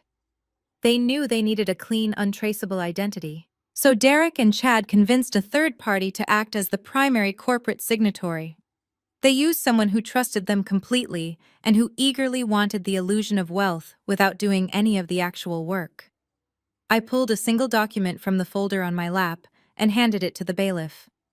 "Your Honor, I present the official articles of incorporation for the primary offshore shell company I announced. The sole managing director listed on those documents, the person legally responsible for authorizing every single fraudulent wire transfer, is Kiara Wilson. The air in the courtroom instantly vanished. Kiara let out a high-pitched gasp, grabbing her throat. Judge Harrison reviewed the document, her expression turning incredibly grim. Let the record reflect that Kiara Wilson is actively listed as the primary signatory, she stated firmly. Because she signed these federal documents, she is no longer just an innocent bystander. She is legally classified as the primary accessory to massive international wire fraud and felony tax evasion. She is facing the exact same mandatory federal prison sentences as the principal architects of this scheme. A guttural, agonizing scream tore through the gallery. Kiara clutched her pregnant stomach, her eyes rolling back into her head. She collapsed forward, tumbling out of the wooden pew and hitting the carpeted floor in a dead faint. Total pandemonium erupted. Bailiffs rushed down the aisle calling for medical assistance. My mother Evelyn leaped out of her seat, but she did not bend down to help her unconscious golden child. Evelyn looked wildly around the room, realizing her own complicity in the church embezzlement was about to be exposed next. Panic completely hijacked her brain. She grabbed her purse, abandoned her daughter, and sprinted desperately toward the heavy wooden exit doors, trying to flee the courtroom. Evelyn did not even make it halfway down the center aisle. Just as her hand reached out to push open the heavy wooden exit doors, they swung inward with massive force. My mother stumbled backward, dropping her designer purse, spilling her stolen church funds across the courthouse floor. Standing in the doorway, blocking her escape, were 5 federal officers wearing dark windbreakers. The bright yellow letters on the backs of their jackets read, FBI and IRS Criminal Investigation Division. The courtroom, which had been engulfed in total chaos just seconds earlier, went deathly quiet. Even the bailiffs tending to Kiara stopped moving. The lead FBI agent stepped past my trembling mother, completely ignoring her. He was a tall, imposing man with a stern face. Right behind him, 2 armed agents were dragging a very familiar figure into the courtroom. It was Chad. He was no longer wearing his pristine tailored suit or his arrogant smirk. He was wearing wrinkled travel clothes, his hands firmly cuffed behind his back. His face was stained with fresh tears, and he looked completely broken. The agents had brought him directly from the airport holding cell to the family court, knowing Derek would be sitting right here. Judge Harrison did not look surprised. She simply crossed her arms and watched the scene unfold. She had received the certified sealed folder from my attorney earlier that morning, and she knew exactly why the federal government was interrupting her docket. The lead agent walked purposefully down the center aisle, bypassing the gallery, bypassing the witness stand where I sat, and marched straight over to the petitioner table. Derek was frozen in his chair. He looked like a man watching a massive tidal wave about to crash directly on top of him. Derek Jackson, the lead FBI agent, announced, his deep voice echoing in the dead silent room. You are under arrest for conspiracy to commit international wire fraud, tax evasion, and money laundering. Derek did not run. He did not fight. He simply sat there, paralyzed by the absolute destruction of his fake life. The agent grabbed Derek by the arm, hauling him to his feet. "Turn around and put your hands behind your back," the agent ordered. Derek slowly turned around. The harsh metallic click of the heavy steel handcuffs snapping tightly around his wrists echoed sharply through the quiet courtroom. It was the exact sound of total defeat. They pushed Derek forward until he was standing shoulder to shoulder with Chad. The 2 masterminds, the 2 arrogant men who thought they could effortlessly steal my wealth and ruin my life, were now standing before a judge in matching silver bracelets, facing decades in federal prison. Chad could not stop crying. He was sobbing loudly, his chest heaving as he realized he would never see his luxury office or his offshore millions again. He looked at Derek with pure hatred, but he did not have the strength to say a single word. Derek was entirely focused on me. As the federal agents began to lead them away, Derek dug his heels into the carpet, refusing to walk. He twisted his body around, looking desperately at the witness stand where I was still sitting calmly with my hands folded in my lap. "Maya, please," Derek begged, his voice cracking into a pathetic whimper. "Tell them it is a mistake, Maya. Tell them we can work this out. I will give you everything back. I will sign the divorce papers. Please do not let them take me away." He was actually crying now, tears streaming down his face as he stared at the woman he had betrayed, humiliated, and tried to destroy. He was begging for the exact same mercy he had completely refused to show me 3 days ago at that restaurant. I looked at the man I used to love. I looked at the pathetic fraud standing in front of me, begging for his life. I did not smile. I did not gloat. I simply looked at him with the cold, detached professionalism of an auditor who had just balanced a very complicated ledger. The debt was finally settled completely. I remained completely silent, watching the consequences of his own arrogance finally catch up to him in the most devastating way possible on this terrible morning. The federal agents shoved Derek forward aggressively, forcing him to walk down the center aisle toward the heavy exit doors. He stumbled slightly, his shoulders slumped entirely forward. The heavy wooden doors slammed shut behind them, leaving behind nothing but the quiet reality of their absolute ruin. The harsh, sharp sound of the steel handcuffs clicking together constantly, as they slowly walked down the marble hallway, echoed softly through the silence, fading steadily away into the cold, empty distance. It took Kiara almost 10 minutes to fully regain consciousness on the courtroom floor. When she finally opened her eyes, the harsh fluorescent lights above her made her head pound furiously. A female bailiff was holding a cup of water out to her, but the gallery was entirely empty. My mother, Evelyn, was nowhere to be found. The heavy realization of what had just happened crashed down on Kiara all over again, crushing the breath right out of her lungs. The judge had explicitly stated that her signature on the offshore incorporation documents made her the primary accessory to federal wire fraud.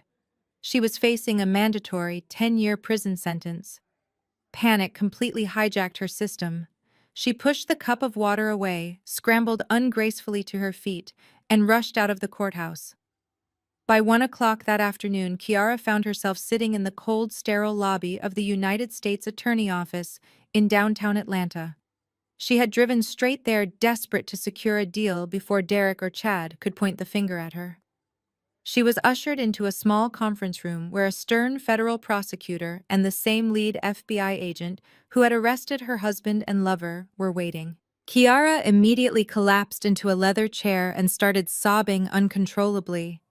She placed her hands on her pregnant stomach, playing the ultimate victim card. "Listen to me, please," Kiara begged the prosecutor, tears streaming down her carefully contoured face. "I did not know what they were doing, I swear to you. Derek manipulated me into signing those papers. He told me it was just a standard tax document for a new real estate venture. I am pregnant with his child, and he used me. If you grant me full immunity, I will turn state's evidence right now. I will testify against Derek and Chad in front of a grand jury. I will tell you everything you need to know about how they moved the money." The federal prosecutor did not offer her a tissue. He did not look sympathetic. He simply opened a thick white binder resting on the table in front of him and calmly flipped through the first few pages. "Miss Wilson," the prosecutor began, his voice entirely devoid of any warmth, "we appreciate your sudden willingness to cooperate with the federal government. However, we are going to decline your offer for immunity." Kiara stopped crying, her mouth dropping open in sheer disbelief. "Why?" she demanded, her voice rising in panic. "I am offering you the entire criminal operation on a silver platter. I can put them away for years." The FBI agent standing in the corner of the room let out a dry, humorless laugh. "Miss Wilson," the agent said, stepping forward, "we already have the entire operation on a silver platter. Your sister Maya Jackson provided us with a flawless, meticulously documented forensic ledger. She gave us the bank routing numbers, the shell company registration files, the offshore account access logs, and crystal clear high-definition video footage of Derek and Chad actively forging wire transfer documents yesterday afternoon. We have absolutely everything we need to secure multiple federal convictions. Your testimony is entirely worthless to us. The prosecutor closed the white binder and folded his hands. Ignorance of the law is not a valid legal defense, Miss Wilson, he explained coldly. You eagerly signed your name to international corporate documents so you could live a life of luxury funded by stolen money. You enjoyed the benefits of the fraud, and now you will share the consequences. The grand jury convenes next Tuesday. You will be formally indicted on 3 counts of accessory to wire fraud and money laundering. I strongly suggest you spend whatever time you have left finding a very good criminal defense attorney. Kiara was escorted out of the federal building by armed security guards. She stumbled out onto the busy downtown sidewalk completely destitute. She had no money, no credit cards, and the luxury maternity suite reservation was gone.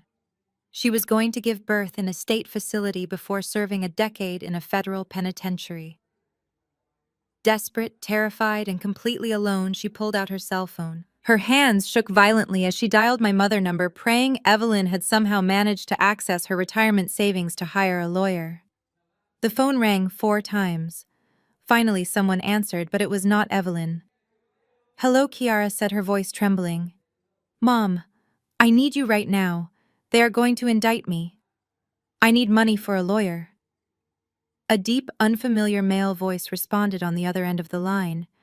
"This is Detective Miller with the Atlanta Police Department Financial Crimes Unit," the voice stated firmly. "Evelyn Jackson is currently unable to come to the phone. She is in an active interrogation room regarding the theft of $80,000 from the First Baptist Church Building Fund. If you are a relative, you will need to contact the precinct to arrange her bail." The line went dead. Kiara stood on the hot Atlanta sidewalk, holding her phone, listening to the dial tone as her entire world collapsed. She had no mother to save her, no husband to fund her, and no sister to forgive her.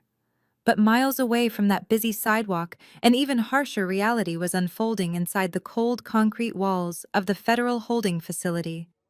Derek and Chad had been stripped of their designer suits, forced into scratchy orange jumpsuits, and placed together in a temporary holding cell while they waited for their initial bail hearing. The tiny, windowless room smelled of bleach and stale sweat. Derek sat on the edge of the metal bench, staring blankly at the concrete floor.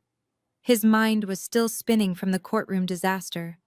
He could not comprehend how fast everything had unraveled. Chad was not sitting down. He was pacing furiously back and forth across the small cell, his expensive leather dress shoes tapping sharply against the concrete. The arrogant, confident real estate broker was completely gone, replaced by a cornered, frantic animal. He suddenly stopped pacing and turned toward Derek, his face contorted with pure hatred. "This is all your fault," Chad spat, his voice trembling with rage. "You and your psychotic wife. I should have never gotten involved with you people." Derek looked up, his brow furrowed in confusion. "You came to me, Chad," Derek replied, his voice hoarse. "You are the one who set up the offshore accounts. You are the one who told me we could use Kiara's name to hide the money. Do not you dare try to put this on me," Chad yelled, taking a threatening step forward. "I was running a highly successful, legitimate investment firm before you dragged your ghetto family drama into my office.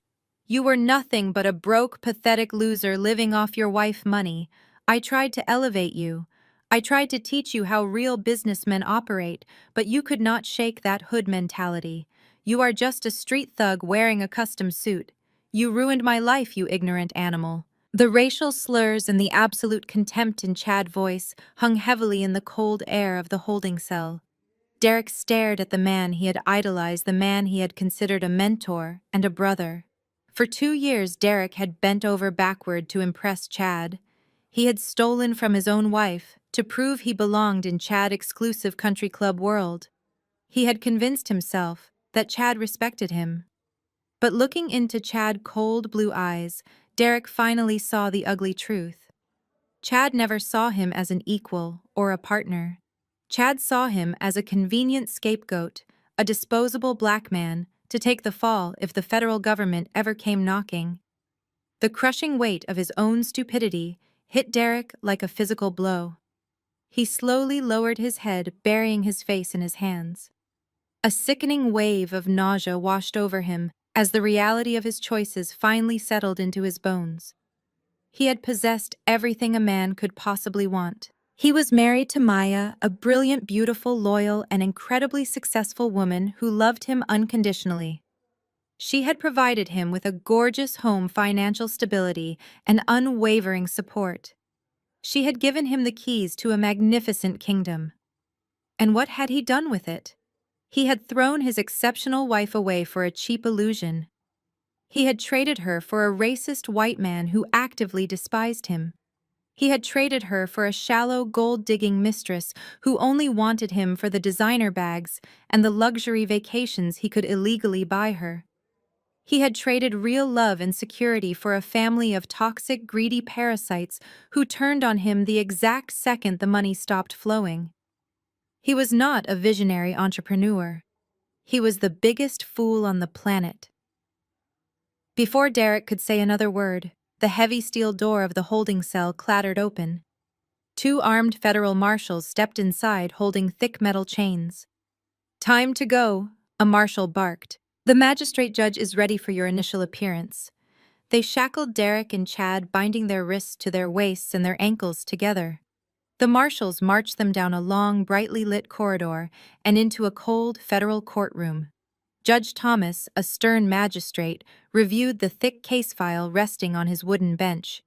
The federal prosecutor stood up immediately and argued aggressively against granting any bail. "Your Honor, both men represent extreme flight risks," the prosecutor stated. "They were caught fleeing and actively forging federal documents." The judge did not hesitate to rule. "Bail is completely denied," he declared loudly. "You are remanded to county jail. You are remanded to county jail." The heavy slam of the magistrate gavel sealed their immediate future, locking them behind bars. Meanwhile, miles away, Kiara was still standing on the blistering hot pavement outside the federal building. She had no money, no car, and now absolutely no family to rescue her. Desperation clawed at her throat. She managed to beg a passing city bus driver to let her board for free, weeping hysterically about her pregnancy to gain his sympathy.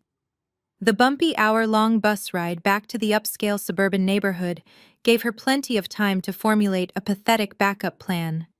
She figured she could just go back to my house, pack up all her expensive designer clothes, her diamond jewelry, and her massive collection of imported luxury handbags. She planned to pawn everything immediately to afford a cheap motel room and a consultation with a criminal defense attorney. She stepped off the bus and walked the final 6 blocks to the house, her designer heels blistering her tired feet. But as she rounded the corner, and my beautiful $1.2 million estate came into view, her grand survival plan evaporated into thin air. The massive mahogany front door was covered in bright yellow federal foreclosure tape. A heavy steel padlock had been violently installed directly over the custom brass handle, ensuring nobody could enter. But that was not what made Kiara drop to her knees on the concrete sidewalk. Scattered aggressively across the perfectly manicured front lawn were dozens of cheap, thin black plastic garbage bags. Some of the bags had ripped open, spilling her custom maternity dresses, her expensive makeup palettes, and her imported silk bed sheets directly onto the damp grass. The federal authorities had officially executed the eviction notice, wiping the house completely clean. Kiara scrambled up from the pavement and sprinted onto the lawn, tearing into the plastic garbage bags like a rabid animal. She frantically dug through the piles of her discarded life, her perfectly styled hair falling into a tangled, messy nest. She tossed aside sweaters and shoes, desperately searching for the one thing that could actually save her right now: her handbags. She owned a private collection of luxury purses worth over $80,000. If she could just find those expensive leather bags, she could survive this disaster. As she ripped open the fifth garbage bag, a sudden bright flash of light caught her eye. She looked up and froze in place. Standing directly at the edge of the property line were at least 6 of my affluent neighbors. They were not stepping forward offering to help her. They were holding their expensive smartphones up, recording every single humiliating second of her frantic garbage digging. Just yesterday, Kiara had been broadcasting a live video to her thousands of followers, bragging about her magnificent new mansion and her incredibly wealthy lifestyle. Today, she was the main attraction of a viral neighborhood spectacle. The golden child, the beautiful internet influencer, was literally rolling in the trash. "Stop recording me!" she shrieked hysterically, throwing a dirty designer shoe at the closest neighbor. "You are invading my privacy! Get away from my house right now!" The neighbors did not move an inch. One of the older women simply lowered her phone and scoffed loudly at her. "It is not your house, honey," the woman called out mockingly. "The sheriff deputies said the real owner kicked you out. You should smile for the camera so your fans can see how you actually live." Kiara burst into tears of pure humiliation, shielding her face with her shaking hands. She abandoned the torn garbage bags and crawled toward a small cardboard box sitting near the front porch stairs, hoping her jewelry was secretly hidden inside. She ripped the thick tape off the box and pulled back the cardboard flaps. The box was entirely empty, except for a single piece of heavy white cardstock resting at the absolute bottom. She picked it up, her hands shaking violently. It was an official asset seizure notification directly from the Internal Revenue Service. Kiara read the cold clinical text printed on the paper, and her heart stopped completely. The document explicitly stated that all high-value personal property located inside the residence, including all designer handbags, all imported jewelry, and all luxury electronics, had been legally confiscated by the federal government. Because her name was on the corporate shell company documents, she was legally liable for the stolen funds. The federal agents had cataloged and seized every single expensive item she owned to be publicly auctioned off to pay for the massive federal back taxes Derek owed. Kiara realized her designer bags were sold to pay the Internal Revenue Service back taxes, leaving her with absolutely nothing left. While Kiara sat weeping on the manicured lawn of the locked estate, my own afternoon was completely serene. I was sitting on the velvet sofa in my high-security corporate apartment, watching the sunset paint the city skyline in brilliant shades of orange and pink. My laptop was closed. The federal evidence had been completely transferred. My part in the criminal investigation was officially over. I poured myself a steaming cup of chamomile tea and took a slow, deep breath, finally feeling the crushing weight of the past 5 years lift from my shoulders. Then the silence was broken by the sharp buzzing of my cell phone resting on the glass coffee table. The caller identification displayed my mother name. I knew this call was coming. I let it ring 4 times, savoring the control I now held before calmly picking up the device and pressing accept. I did not say hello. I simply listened to the frantic, heavy breathing echoing through the speaker. "Maya, you have to help me right now." Evelyn sobbed, her voice cracking with sheer panic. It was the first time in my entire life I had ever heard my mother sound genuinely terrified. "They fired me, Maya.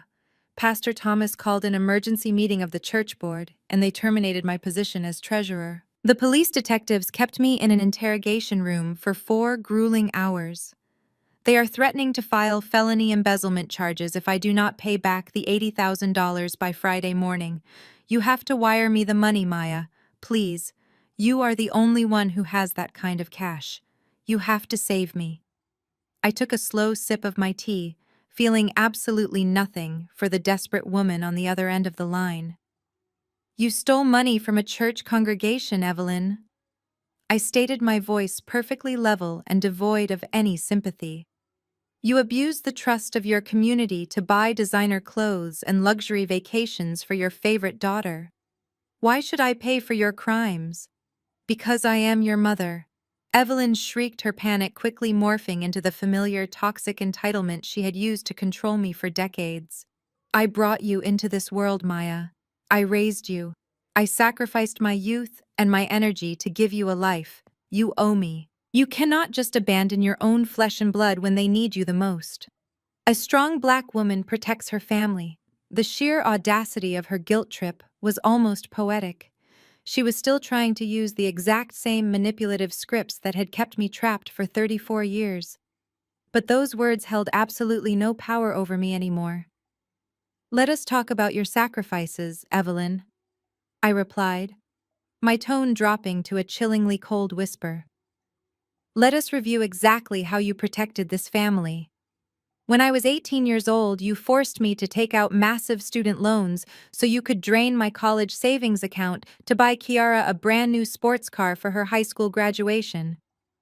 When Derek and I bought our first home, you refused to attend the housewarming party because you said it would make Kiara feel bad about living in an apartment. When Kiara purposely threw a glass of red wine all over my $4,000 anniversary dress, you sat at the table and demanded I apologize to her.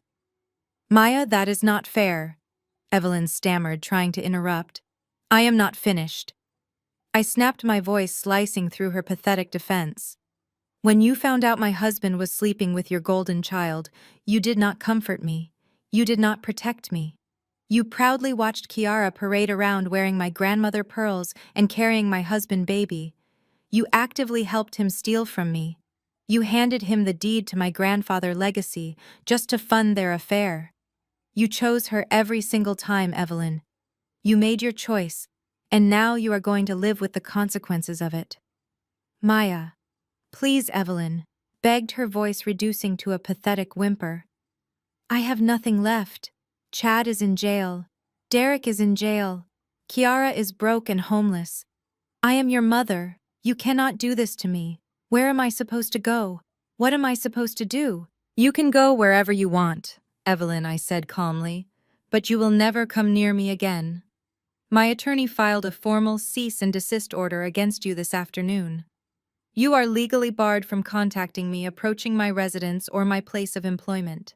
If you attempt to reach out to me again, I will immediately have you arrested for harassment. Have a nice life, Evelyn.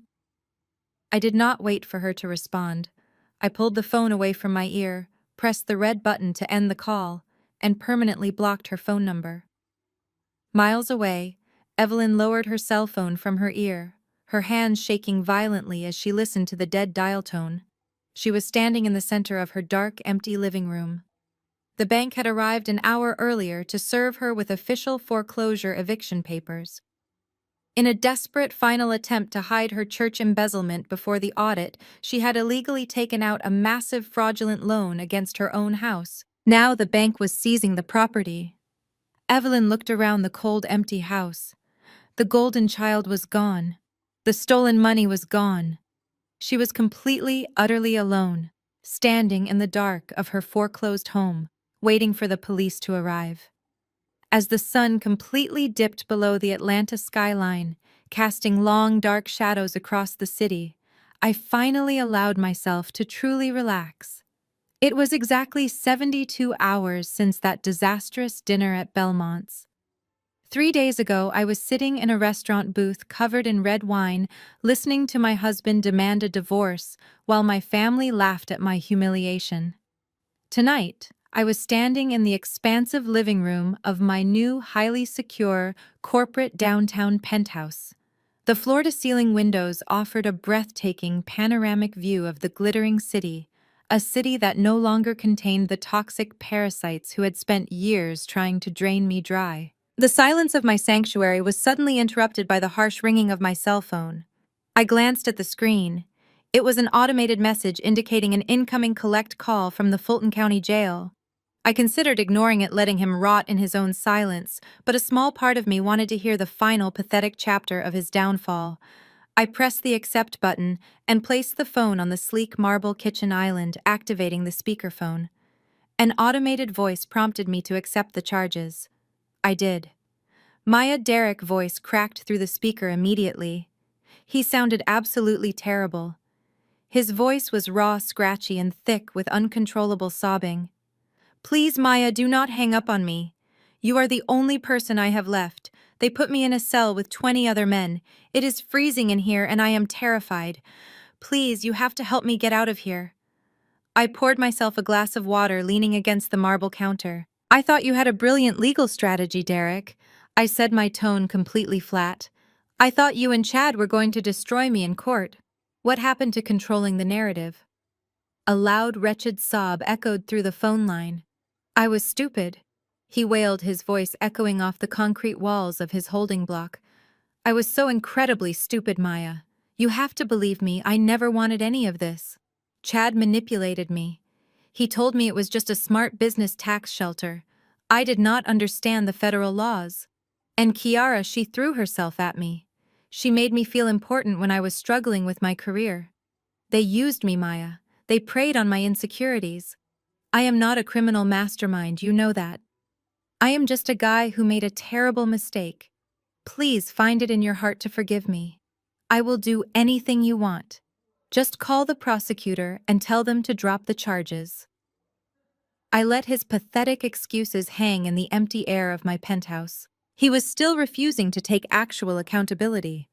Even facing a decade in federal prison, he was desperately trying to play the victim, blaming the white man who mentored him and the younger sister who stroked his ego. Before I could even formulate a response to his cowardly begging, a sudden violent pounding echoed from the front of my penthouse. I picked up my phone, leaving Derek on speaker, and walked slowly toward the private entryway. My penthouse featured a secure private elevator that opened into a reinforced glass vestibule. Anyone who managed to tailgate a resident into the lobby elevator could ride it up, but they could not bypass the bulletproof glass doors separating the vestibule from my actual living space. Standing on the other side of that thick glass was Kiara. She looked absolutely deranged. Her designer maternity dress was stained with dirt from her frantic garbage digging. Her hair was a tangled, matted mess, and her mascara was smeared heavily down her cheeks, leaving dark black streaks across her pale face. She slammed her fists against the heavy glass, sobbing hysterically. "Maya, please," she screamed, her voice muffled but audible through the thick security barrier. "Maya, I know you are in there. Please open the door. The police are looking for Mom and they locked me out of the house. I have nowhere to go, Maya. You have to give me money for a lawyer. They are going to put me in prison and I am having a baby. You cannot let your own niece or nephew be born in a jail cell. Please, Maya, I am begging you." Derek heard the muffled screaming through the phone. "Is that Kiara?" he asked, his voice trembling with a fresh wave of panic. "Maya, what is happening? Where is she?" "She is standing right outside my door." "Derek," I replied calmly. "She is begging for the exact same salvation you are currently begging for. You two really are perfect for each other." I walked over to my custom wine refrigerator and pulled out a very specific bottle. It was a rare, expensive vintage red wine, the exact same vintage we were drinking at Belmont's 3 days ago. I pulled the cork and poured a generous amount into a large crystal goblet. I walked back to the glass vestibule doors, holding the phone in one hand and the wine glass in the other. Kiara pressed her tear-stained face against the glass, pleading with her eyes, her hands clasped together in desperate prayer.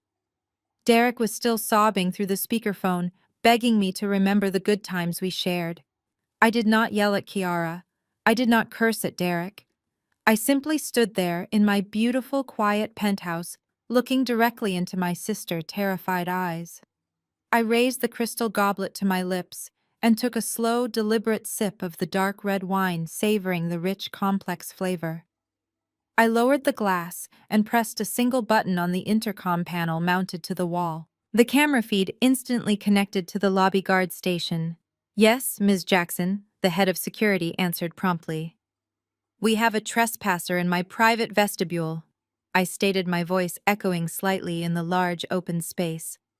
"Please send an escort immediately and permanently ban her from the premises." Kiara heard the intercom. Her eyes widened in absolute horror. She started violently kicking the reinforced glass, screaming obscenities that were completely muffled by the soundproofing. Through the speakerphone, Derek was still rambling, his frantic apologies blending into a pathetic loop of self-pity. Maya, please, you have to listen to me, he begged. I can change. I can be the man you deserve. We can start over. I placed my wine glass down on the marble counter. You are right, Derek, I said calmly. I am starting over. But I am doing it without a single ounce of dead weight holding me down. Enjoy the food in county lockup. I reached out and tapped the red end call button, cutting him off right in the middle of another desperate sob. I blocked the jail phone number and tossed my phone onto the sofa. I turned back to the glass vestibule just in time to see two large security guards step off the elevator. They grabbed Kiara by the arms, hauling her away as she thrashed and wailed, her designer dress tearing at the seam. The elevator doors slid shut, silencing her completely. My penthouse was finally perfectly quiet again. It took less than 6 months for the federal justice system to completely dismantle the illusion they had all built. The swiftness of their ruin was breathtaking. Chad Miller, the arrogant broker who thought he was untouchable, pleaded guilty to avoid a trial. The judge was completely unmoved by his tears and sentenced him to 15 years in a maximum security federal penitentiary. His luxury vehicles were auctioned off, and his firm was completely liquidated to repay his defrauded investors. Derek, the man who traded a brilliant wife for a fake life, fought the charges. He lost spectacularly. A federal jury found him guilty on all counts in under 2 hours. He was handed the exact same 15-year sentence as Chad. They were assigned to different federal prisons permanently separated from each other, and the stolen wealth they craved. Because of her cooperation and the fact that she was a new mother, Kiara managed to avoid prison time, but she did not escape punishment. She was convicted of a lesser felony and saddled with massive court-ordered financial restitution. The glamorous influencer who once scoffed at working for a living now works 40 hours a week at a fast food drive-through window, wearing a greasy uniform, desperately trying to pay off a massive debt to the Internal Revenue Service while raising a child in a cramped studio apartment. As for my mother Evelyn, she narrowly avoided jail time by liquidating her remaining assets to pay back the church. The bank successfully foreclosed on my grandfather's beautiful estate. Stripped of her social standing and her stolen wealth, Evelyn now lives in a tiny government-subsidized apartment complex on the outskirts of the city, completely ostracized by the community she once ruled. A year later, I stood by the massive floor-to-ceiling windows of my new corner office at the agency. I was recently promoted to Senior Director of Forensic Operations. I held a steaming mug of black coffee, looking out over the sprawling Atlanta skyline as the morning sun reflected off the glass skyscrapers. My bank accounts were secure, my career was thriving, and my spirit was entirely unbroken. People often ask me how I survived such a profound betrayal by the people closest to me. They wonder how I managed to walk away from my husband, my sister, and my mother without entirely losing my mind. The truth is surprisingly simple. You cannot expect a tree to flourish when its roots are completely rotting in toxic soil. For 34 years, I allowed those people to feed off my energy, my wealth, and my success. I believed that because we shared blood or a marriage certificate, I was obligated to carry their burdens and tolerate their disrespect. But loyalty should never be a suicide pact. When you finally find the courage to take a sharp axe and sever the diseased roots, you do not die. You actually begin to grow. You realize that the heavy weight you were carrying was not love, it was manipulation. I took a deep breath of the cool, conditioned air, feeling a profound sense of absolute peace settle deep into my bones. I am no longer the obedient daughter, the overshadowed sister, or the ATM machine for a fraudulent husband. I am the architect of my own incredibly beautiful life. The toxic roots are gone, the storm has completely passed, and I am finally, completely free. The saga of Maya's systematic dismantling of her betrayers offers a masterclass in self-preservation and the true boundaries of loyalty. The most profound lesson woven throughout this story is that familial ties and marital vows should never be utilized as a trap for exploitation. Society frequently conditions us to forgive the unforgivable simply because the perpetrators share our bloodline or live under our roof. We are often pressured to keep the peace and absorb the damage just to maintain a fragile facade of unity. Maya's journey completely shatters that toxic expectation. She teaches us that unconditional love does not equate to unconditional tolerance for abuse, manipulation, or financial theft. When her husband, sister, and mother weaponized Maya's loyalty to fund their own selfish greed, they expected her to fold under the weight of maternal guilt and marital pressure. Instead, Maya recognized her own immense value and chose to protect it. She demonstrated that setting ironclad boundaries and severing diseased roots is not an act of cruelty, but a fundamental requirement for personal survival and growth. True empowerment comes from looking objectively at the people who continually drain your energy and deciding that you are no longer willing to finance their illusions. It requires immense courage to stop playing the victim in a narrative written by toxic people and to start acting as the fierce architect of your own life.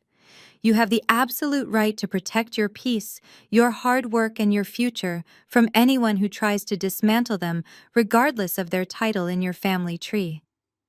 Take a hard look at the relationships in your own life today and boldly sever ties with anyone who is quietly draining your worth.